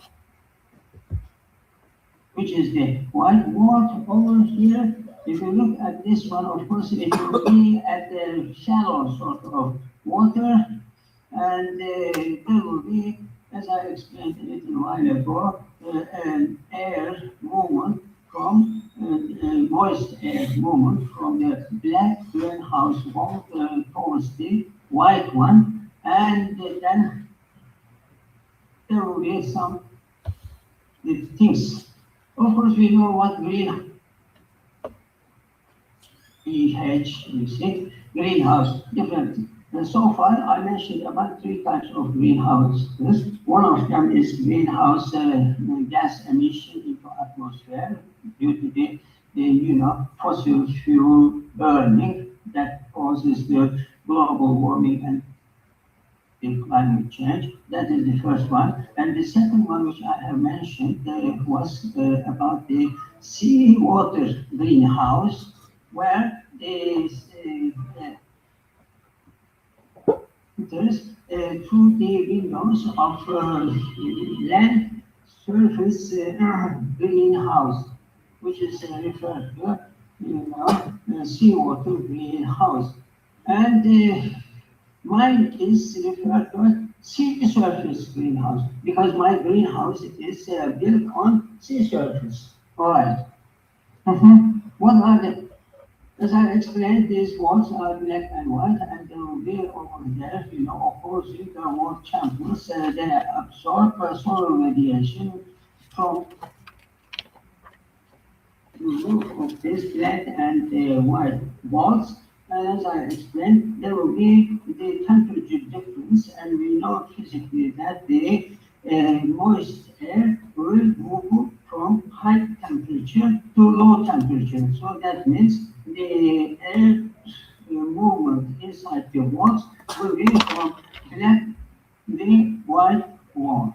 Yes, and therefore there will be higher heat in the black, wall, and relatively less. And what will happen with this movement? What are the basic points in this sea surface greenhouse? It is not located on the land, as it was seawater, greenhouse, which is a topic in the literature. Let me tell you, of course, my idea has not appeared in the literature yet, and this is the first one I'm explaining it in an international conference. I hope that it may be published later on. Okay. Now the other one, the other point is that it has two parts, black and white, in the form of wall. So what is the wall? It is about the half, cylinder, longitudinal sort of, if you cut a cylinder into two along its height, half of this will be named as wall, as you know in English. And then both of these chambers are constructed from a transparent, it may be most of the time nylon, as we say, material, which is durable and lightweight material. Of course, it must be resistant to, wind and also sea waves. And it must not be very costly to manufacture trend.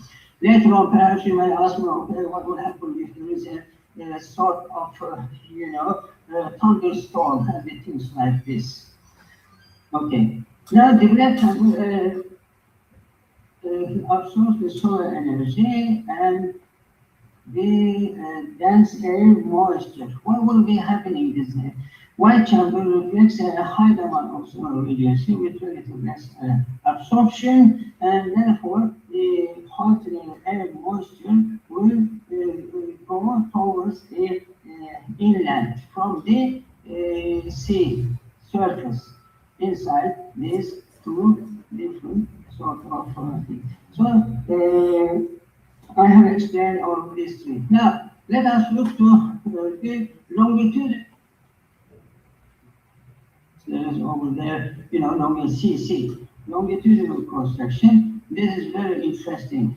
If you look at this longitudinal cross section, in that case, what will happen the blackboard, which has moist air and hot moist air, or comparatively hotter than the whiteboard air moisture, it will move, and at the end it will reach to, I think, again, and I shift it down. Oh, okay, now. Okay, I will. So, air moisture outlet, and that outlet, as in this slide, okay, so it will, feed this land greenhouse structure with more air moisture. That is one of the benefits which I have explained before.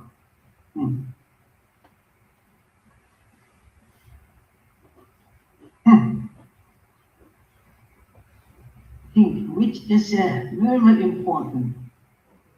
That air moisture outlet, of course, will enter the sea surface greenhouse, as I explained a little while ago and right in the beginning of my presentation. But there is another sort of application which is important. Rather than giving this, moist air into the atmosphere or into lower troposphere, to extend this to walls inside, especially not the beach areas, but if there are very rocky and very hilly sort of coastal areas, in that case we can extend this two walls into the geological formations inside. For instance, rather than in the previous slide, but inside the land in a tunnel. Okay, a tunnel is a type of wall. Okay. Now, in that case, what will happen as we enter inside the land through a tunnel? Of course, over there the air will be rather cold, colder. And in that case, the air moisture will condense and it will appear in the form of water, and that water either might be taken by some, instrument, or it may, penetrate inside the geological formations and then, appear in the form of groundwater recharge. So, I think that is all I want to explain in this short type of presentation. And if there will be any sort of questions in the future, even you can, send me anything over here. And I thank you very much for your patience to listen to my presentation. I wish all the best success to this 8th International Conference on Natural Resources and Sustainable Environmental Management. And if there is any sort of support from my side in the near or far future, I will be happy to help you scientifically. Thank you very much.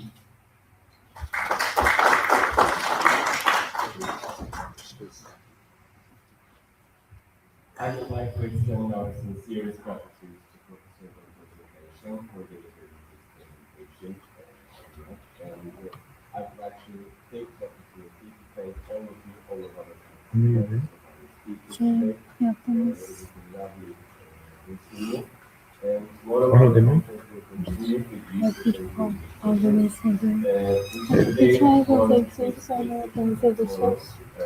Sosyolojide böyle olursa güzel oluyordu benim bildiğim. 3 tane O'yu bir araya getirince değil. Ben niye alkışlıyorum? Dur. Çift oynayalım. Ne oldu?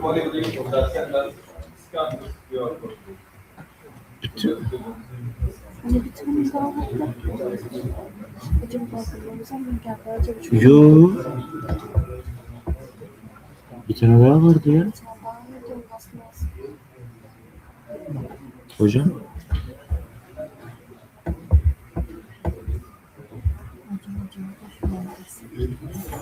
Gerçekten